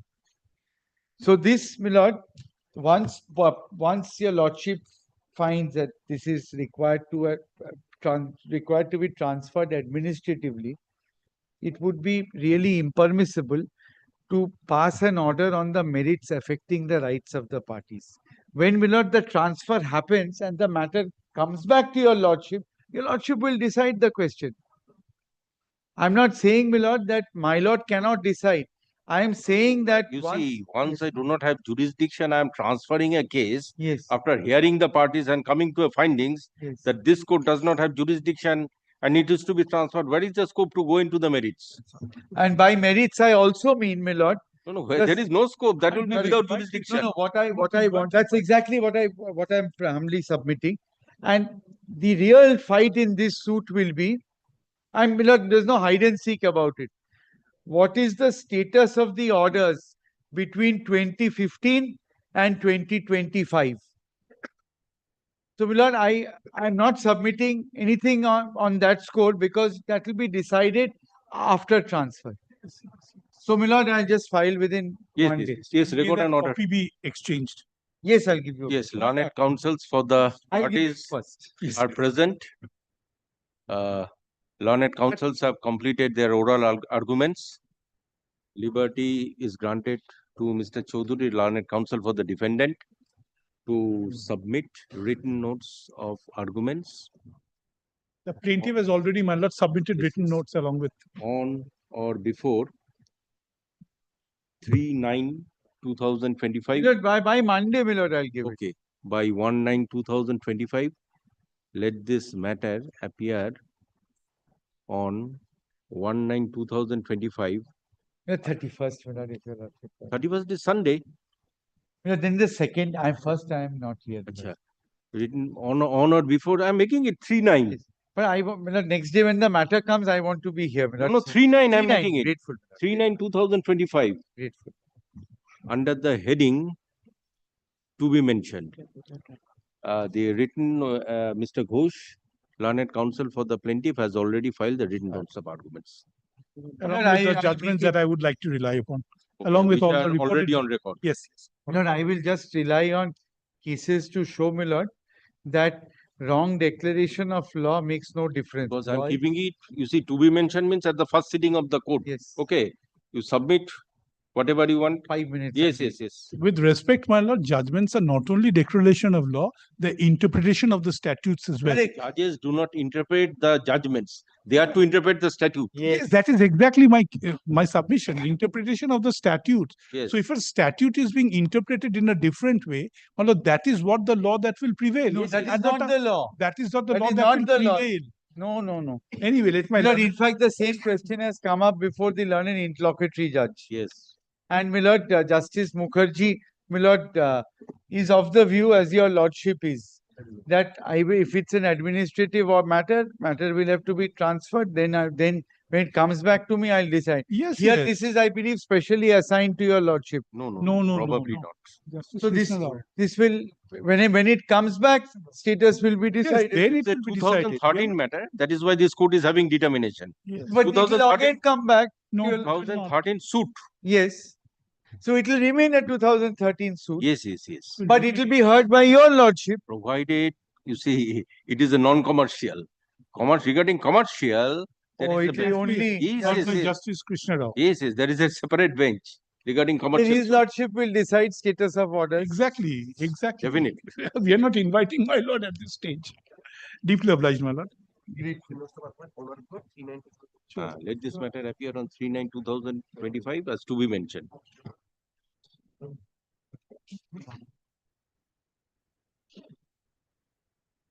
4 PM matter. আচ্ছা এবার serial call করি যান।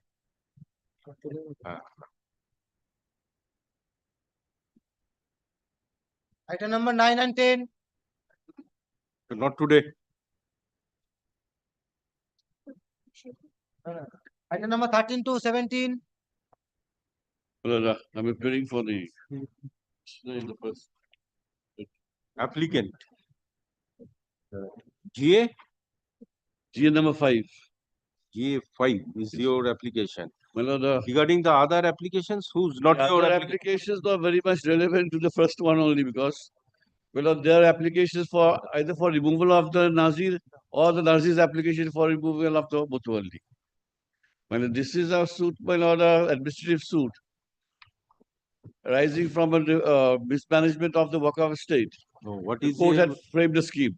What relief have you sought for in this application? Only adding you as a party? No, not for adding me as a party, because the beneficiary, the Waqf estate comprises of a mosque, for the general public. Because this is a suit for administration. Administration, because the scheme That was is why framed. it is not disposed, 1930 Yes, suit.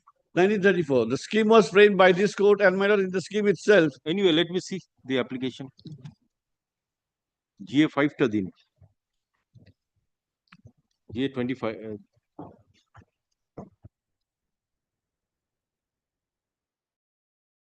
My reply, my lord, was not allowed, even though it was stamped and punched, but it was not. The commissioner refused to affirm it.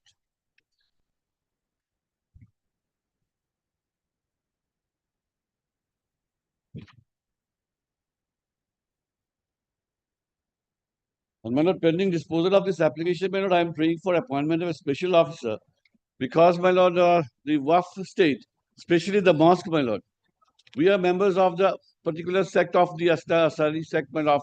Okay, yes, pending this application. They have filed their affidavit in opposition. They have filed their affidavit in opposition. The okay, Mutawalli. just let me see.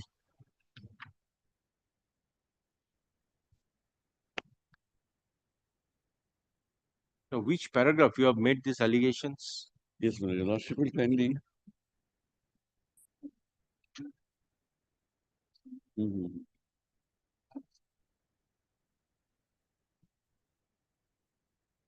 Paragraph 20, your lordship will kindly see, my lord. My lord, your lordship will kindly start from, may I please, paragraph 19. Yes. Well, the scheme, my lord, provided for a body, my lord, as Nazis, known as Nazis, to be appointed, my lord, from the members of the sect. Now, under them, the Mutawalli was appointed, and who would be from paragraph 19 is your allegations. Yes. So you are seeking removal of the Mutawalli. No, direct the Najids of the two named in, to show cause of why they should not be removed from office of new registry. Yes.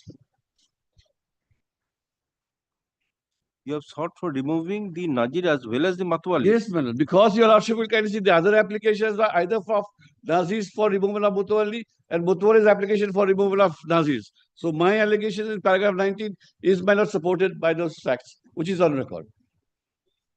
And as on date, the estate is being run without a bank account by cash transaction. No accounts has been filed before the Nazis. And the Nazis, my lord, after having filed those 3 applications, in 2003, it was filed by your lordship will kindly see the GA 1, 2, 3, 4. Anyway, record and order. Mr. Ahmed, learned advocate for the applicant in GA 5 of 2025 is present. The affidavits in this application has already been exchanged and this application is ready for hearing. As the applicant has prayed for appointment of a special officer to inquire into the lapses and illegalities committed by both the existing Najids and the Matwali and submit a report and take charge and administer the Waqf estate till such time new Najids and Matwali are appointed. And in paragraph 19 of the petition, it is contended that the present board of Najids and Matwali are at loggerheads, and consequently the administration of the Waqf estate is presently under the sole control of the Matwali, who is reported to be involved in the misappropriation of funds. This court is of the view that at this stage, a special officer should be appointed to cause an inquiry as to the state of affairs of the Waqf estate of Aga Haji Muhammad Tark, named in paragraph 19 and 20 of the petition. Thus, Dash is appointed as a special officer to cause the inquiry in terms of paragraph 19 and 20 of the said petition. Well, even 23, my lord, because Mutawalli say no Nazis exist. 19, 20 and 23 yes. of the petition. Learned special officer shall, upon notice to the applicant, his learned advocate and the opposite parties, cause the inquiry and ascertain as to how the financial transactions of the estate is being run, along with the other contentions made in paragraph 19, 20 and 23 of the petition. Upon causing the inspection, a report shall be submitted on or before 23/9/2025. Let this matter appear under the head on 24/9/2025 under the heading to be mentioned. Well, the special officer, if it would be from the community sect. Yes, definitely. So I'm just not mentioning the name and the remuneration that I shall. Yes, Yes, definitely it will be from the community. And the remuneration would be taken out from the Waqf Estate Fund only, because we are members of the community. Anyway, for this, for the time being, you bear the remuneration. Very well. Because you see, it is for the public interest you are doing. So it's better for the time being you bear the remuneration. Very well. I'm grateful. 24/9/2025. Parties to act on the signed copy of the minutes. Yes, of the matter to appear on 24/9/2025 under the heading to be mentioned. Parties to act on the server copy. Server copy. We get full.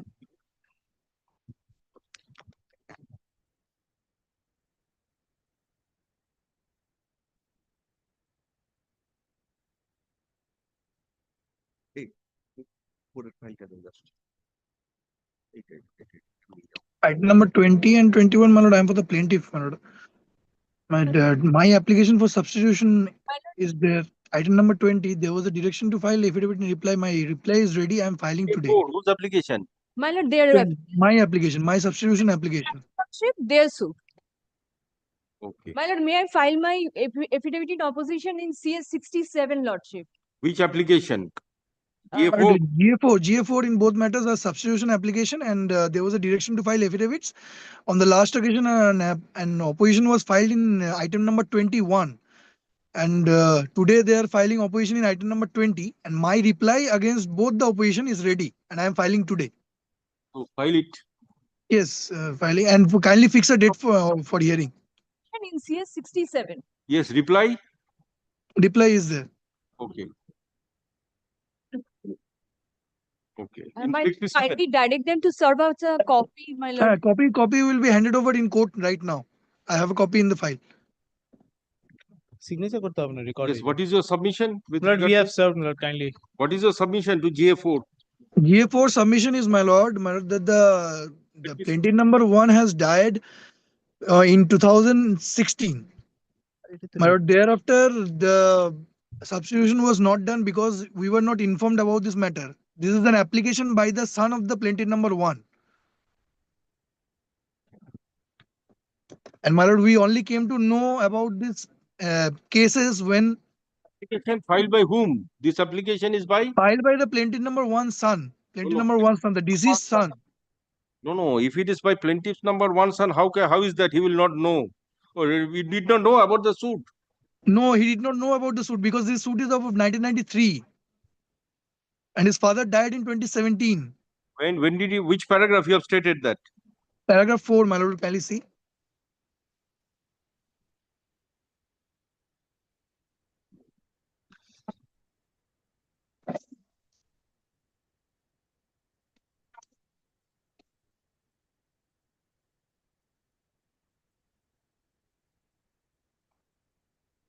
Paragraph 4 was the wife, and my lord, What is the nature of the suit?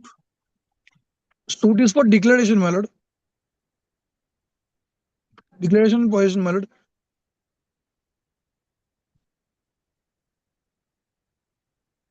Possession.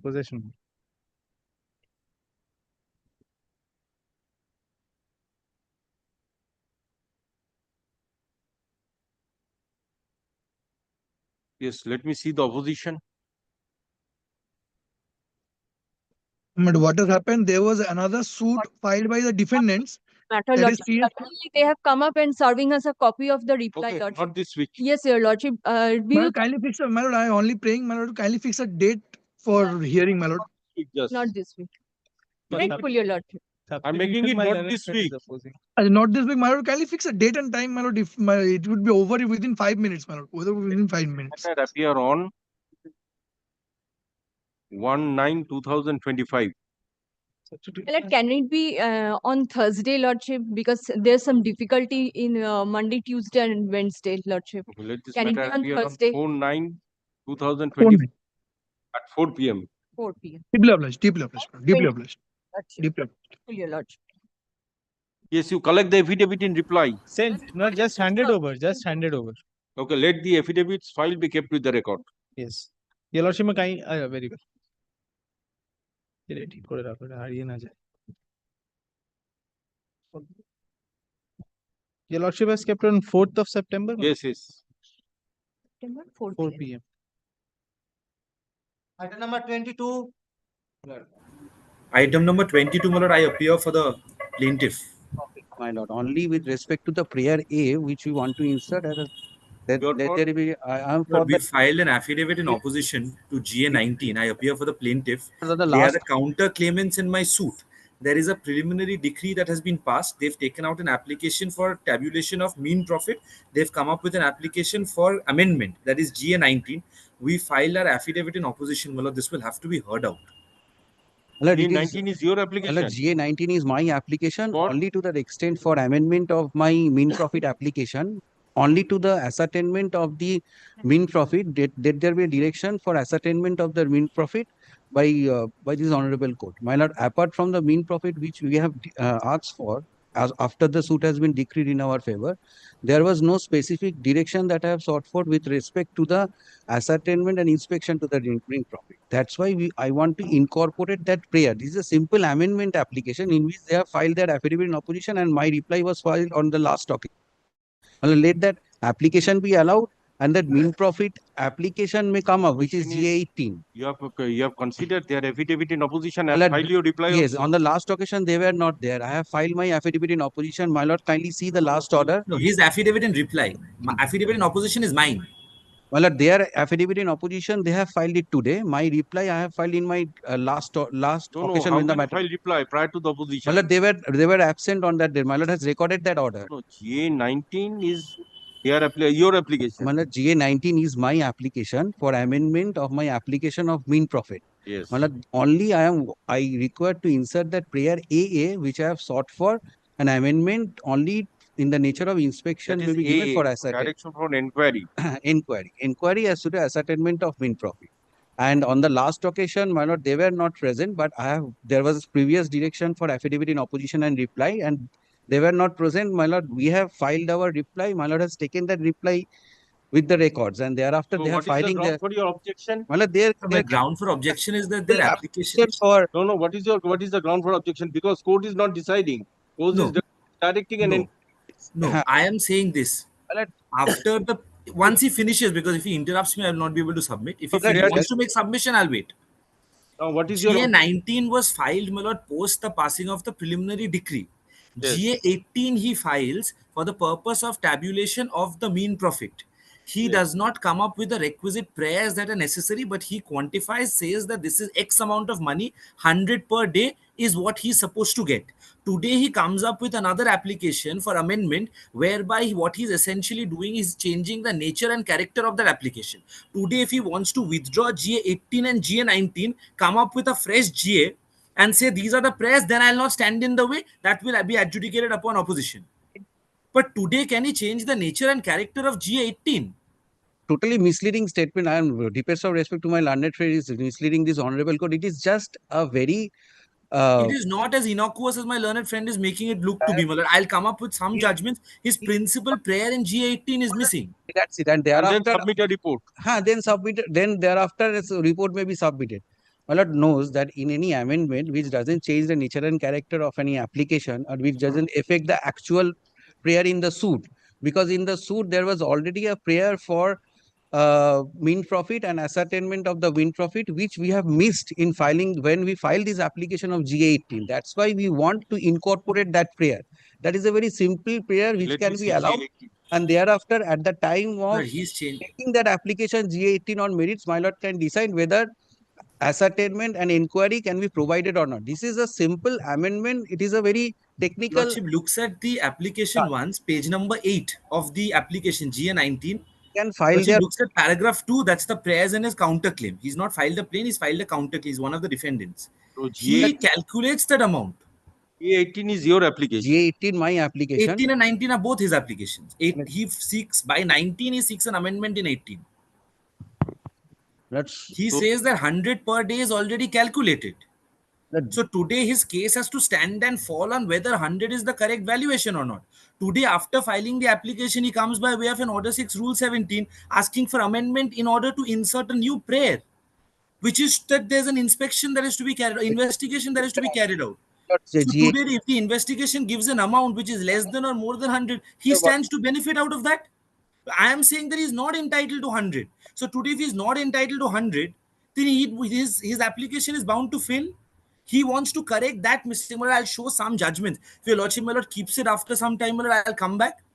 On any day, my lord, even after post-vacation, I'm willing to come. I'll show judgments. This amendment is not permissible. This very much changes the nature and character of the application. This matter Yes, has keeping it on Friday, please come in the first. Well, Friday, I'm in some difficulty. My lordship keeps it next week. Anytime I'll be there.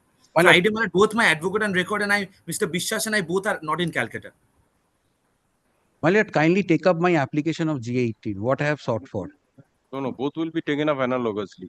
Yes, when can you come? Give a very short date. Anytime next week, my lord. Record an order. এই 1 তারিখে দেখুন তো 4টের সময় কোনো matter আছে?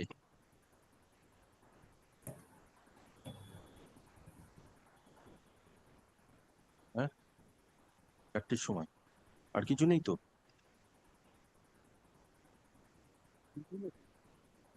আর 3টের সময়?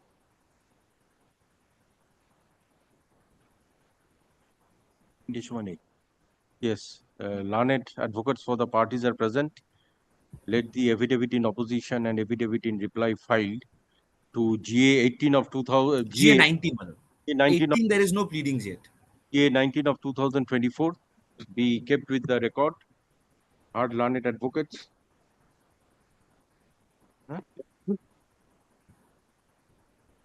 Reply আগে file হয়েছিল.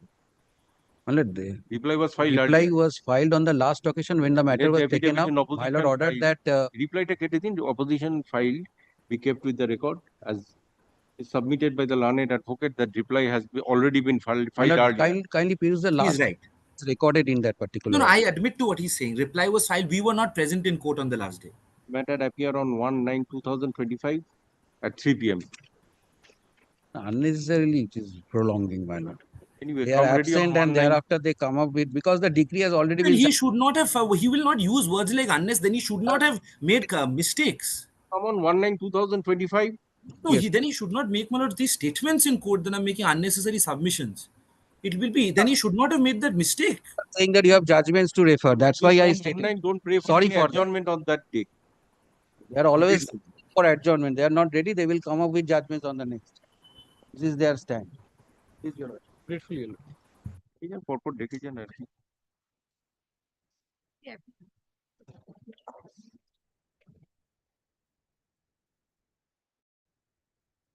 Item number 23. 23, Your Lordship, I appear on behalf of the defendants in this matter. On the last occasion, Your Lordship was pleased to appoint a special officer. Item to assert- 23. You are for the defendant. Defend. Yes. So today is the date fixed for report. Report, but Your Lordship had directed the special officer to ascertain as to whether the plaintiffs have gained any access to the suit property, Yes. who is in possession, and thirdly, No, with let respect me to the see the status. order. Let me see. Today is the 6th date. August 2025. But Your Lordship, I'll just the inceptive portion, I'll just indicate to your lordship, I'm instructed that the special officer had made her visit on the 18th of this month. No, but today is the date for report. Why the report is not ready? So any date was fixed. Okay, let them.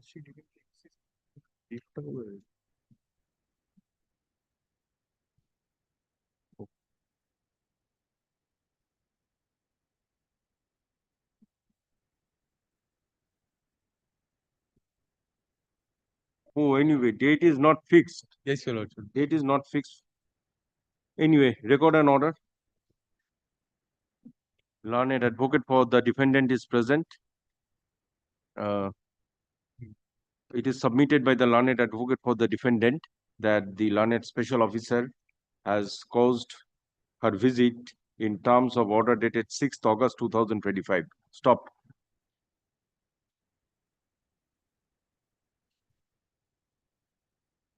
Lordship, I'll just indicate on the 18th she had made the visit. The learned advocate on record of the plaintiffs were on account of her some health embargoes could not be present. So she'll require one more day to go and cause a Anyway, visit. as no date has been fixed for submission of the report, let the report be submitted on or before 18/9/2025. Let this matter appear on 18/9/2025. Grateful. The learned advocate for the defendant is requested to intimate the learned special officer Yes, by sir, notice. definitely.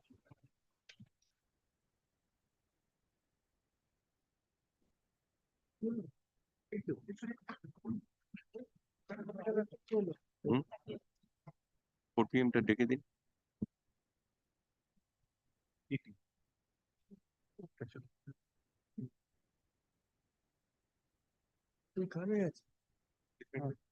Yes, Mr. Ghosh, I have fixed this matter on 18/9 for the special officer to submit the report. To submit the report. Yes, yes. Let intimate the special officer because I did not fix a date for the report. That is Can it be 18th? 18th I made it, 18/9/2025. And my advocate on record will inform the special officer.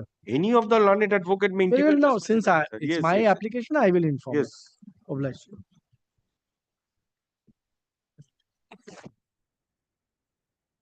Fixed matter at 4 PM. My lord. Item number 57. My lord, before your lordship takes up this fixed matter, my lord, yes, in item number 13 to 17, your 13 to 17, my lord's Yes. pleasure was to, my lord, appoint a special officer. Yes, I am item in number. appli- Item number. That is a. Yes, my lord, there were 5 GAs. Yes. Out of that, 2 was at my instance. Whatever it is, those are pending. All GAs are pending. Yes, my lord. Nothing is disposed. My lord, I was told that my lord's pleasure was to appoint a special Yes, officer. for the causing inquiry. So he will cause an inquiry in presence My of lord, all of you. Lordship will kindly hear GA5 because they were supposed to file an affidavit in reply to that. Very well, very well. It is Kindly not. keeps it as to be I mentioned. have kept all these applications pending. Okay. In the meantime, let me consider the interim report. And that will be, inquiry will be conducted in your presence. My lord, but GA5, my lord, was up to, my lord, they was filed to report. Yesterday, they prayed for time that they could file it in the department. Very well. Lordship will kindly keeps it as to be mentioned tomorrow. No. Question is, let them file the entire thing on the next day. My lord has appointed any special officer, my lord has named Yes, some. yes. Name, I have not given the name, but I shall give the name. My lord will then ensure that somebody is outside the community because, my lord, there will be a. Anyway, that Yes. let me decide that. Grateful, my lord. Grateful, my lord. Fixed matter at 4 PM. Item number Well, 57. before that, my lord, only 24 and 25. My lord kindly sees, my lord, that matter where Mr. Bagh had commenced his argument. Your lordship has fixed it. They fixed it on 25th August 2025 at 2 PM. My lord, for some reason it could not be taken up. My lord, Who is appearing my for lord, the? 2 PM, my lord, it did not come. Well, Mr. Bagh had appeared and my lord made submissions, and he said that he's going to come and my lord complete the challenging a report of the my lord the special referee. My lord kindly my lord fixes it one day. My lord, your lordship had fixed, but the matter did not come as 2 PM. Fixed Fix it before the vacation. Yes, my lord, it's very urgent. My lord, lot of money, my lord. The अच्छा, item 24 और 25 में लिखे नहीं इनको? 24 along with 25. Let this matter appear on 8/9/2025 at 3 p.m. 8th September, 3 p.m. Very well, ma'am. Deeply obliged.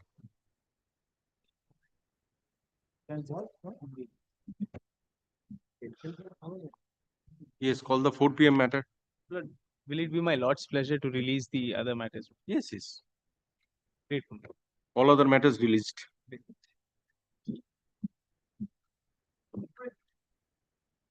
My lord, in this matter, I am for the defendant number 3. Yes, item 57. And the request your lordship to go through the last order. 5th August 2020. Today is fixed for framing of the issues. Yes, framing of the issue. And in the meantime, your lordship's direction was to make all the inspections of the document. My lord, the defendant's documents. So after the inspection, the judge's brief of document is to be prepared. And before Well, that, my lord, affidavit of documents relied on by the plaintiff, my lord, that was not supplied yet. So far, I have searched everything, my lord. No copy has been served on me, affidavit of documents. But I have filed and I have given inspections of the documents relied on my.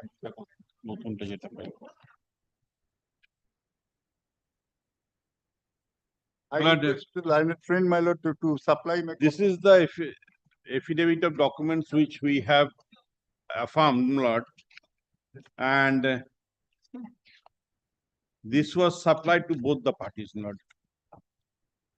Mr. Purnachandra Pal Chaudhary, this is your signature perhaps? Yes, yes.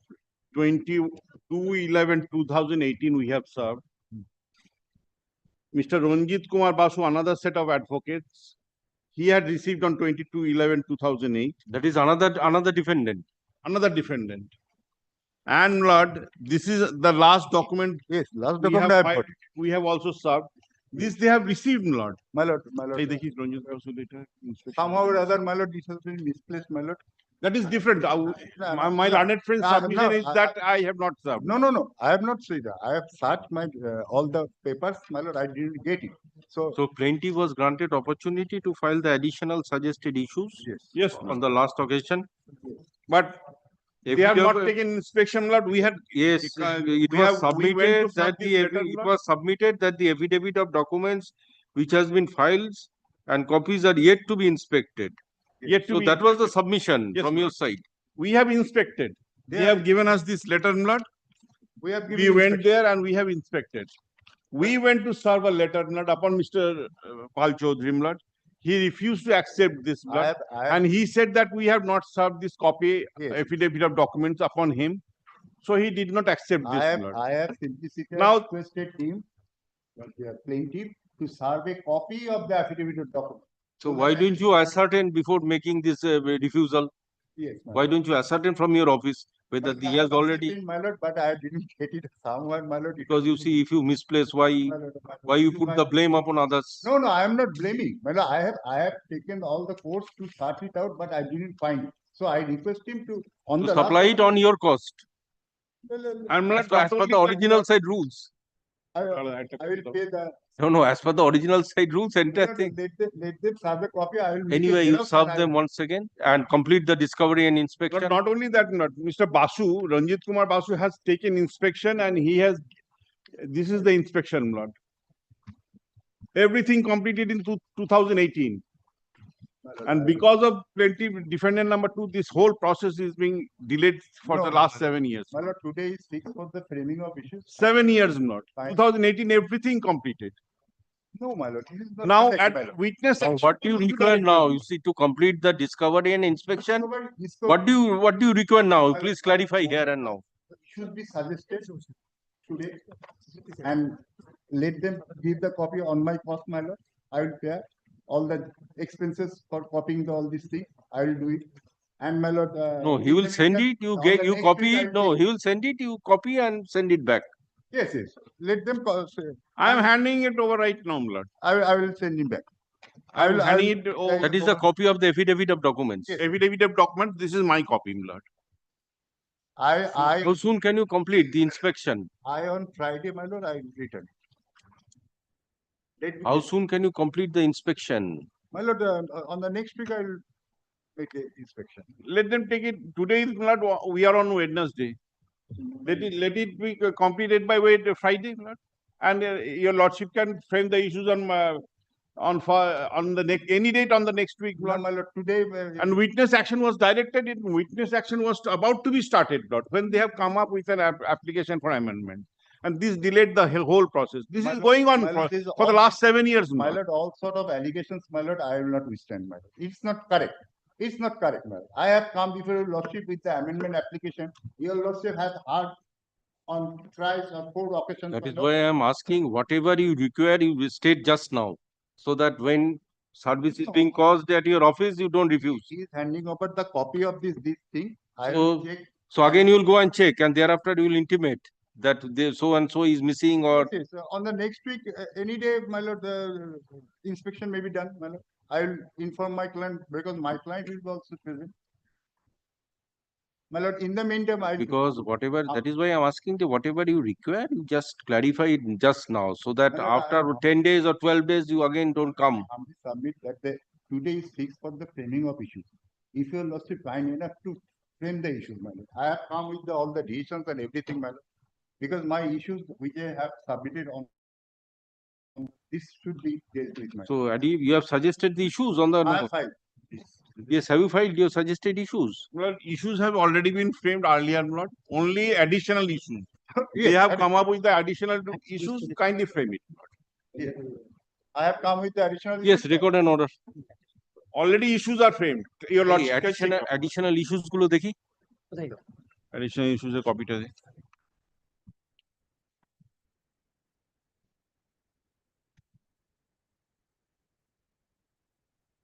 Learned advocates for the plaintiff and learned advocate for the defendant number 2 are present. Today is fixed for framing of additional issues.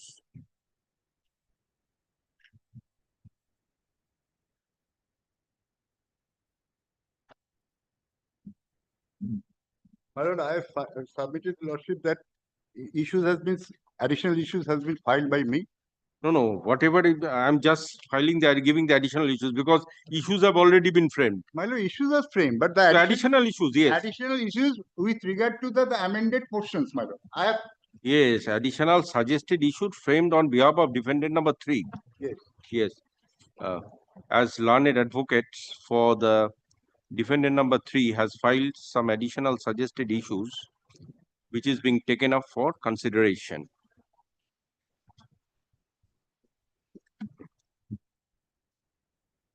Thus, these additional issues are being considered and they are framed.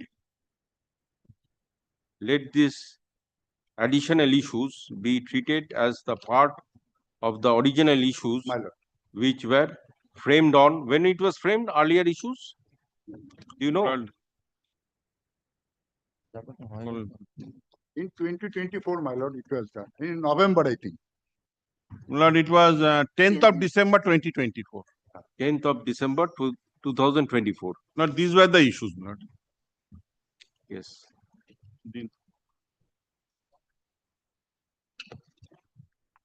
And this is our let the issues framed earlier along with this additional suggested issues, additional issues be kept in a separate sheet in a comprehensive form. And submitted by the defendant number 3, my lord. Yes, additional issues suggested by defendant number 3. My lord. You're 2 or defendant number 3? I am 3. Acha, tale, 2 is not here. Tale ota ki learned advocate for the plaintiff and learned advocate for the defendant number 3. The discovery and inspection by the defendant number 1 shall be completed within a period of defendant number 3 shall be completed within a period of 3 weeks. Let this matter. 3 weeks is not required, not because already 2 weeks. 2 weeks. 2 weeks. Let this matter appear on 15/9/2025 at 4 p.m. My lord, then the issues has been completed. Yes, yes. with your kind lordship's leave, my lord, may I request? Yes, I'm handing over. I will return it by Friday. So I'm not recording an order because No, it is not record. It's not required.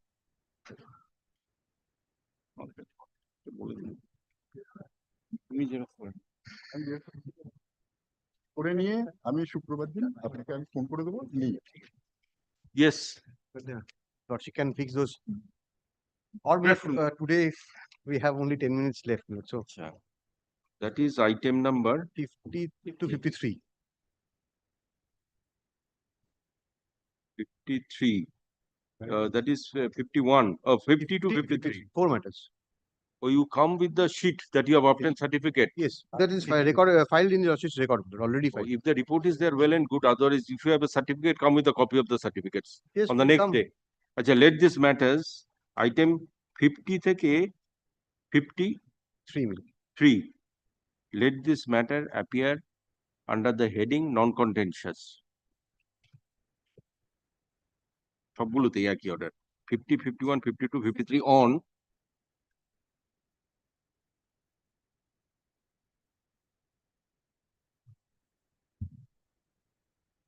আচ্ছা 8 তারিখে কিছু আছে দেখুন তো 4টের সময়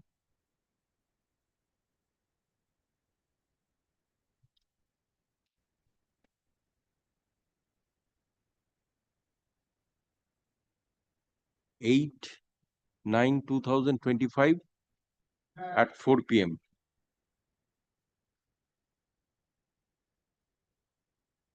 প্রত্যেকটা তো একই অর্ডার করে দেবেন সবগুলোতে 50 থেকে 53 অবধি Grateful.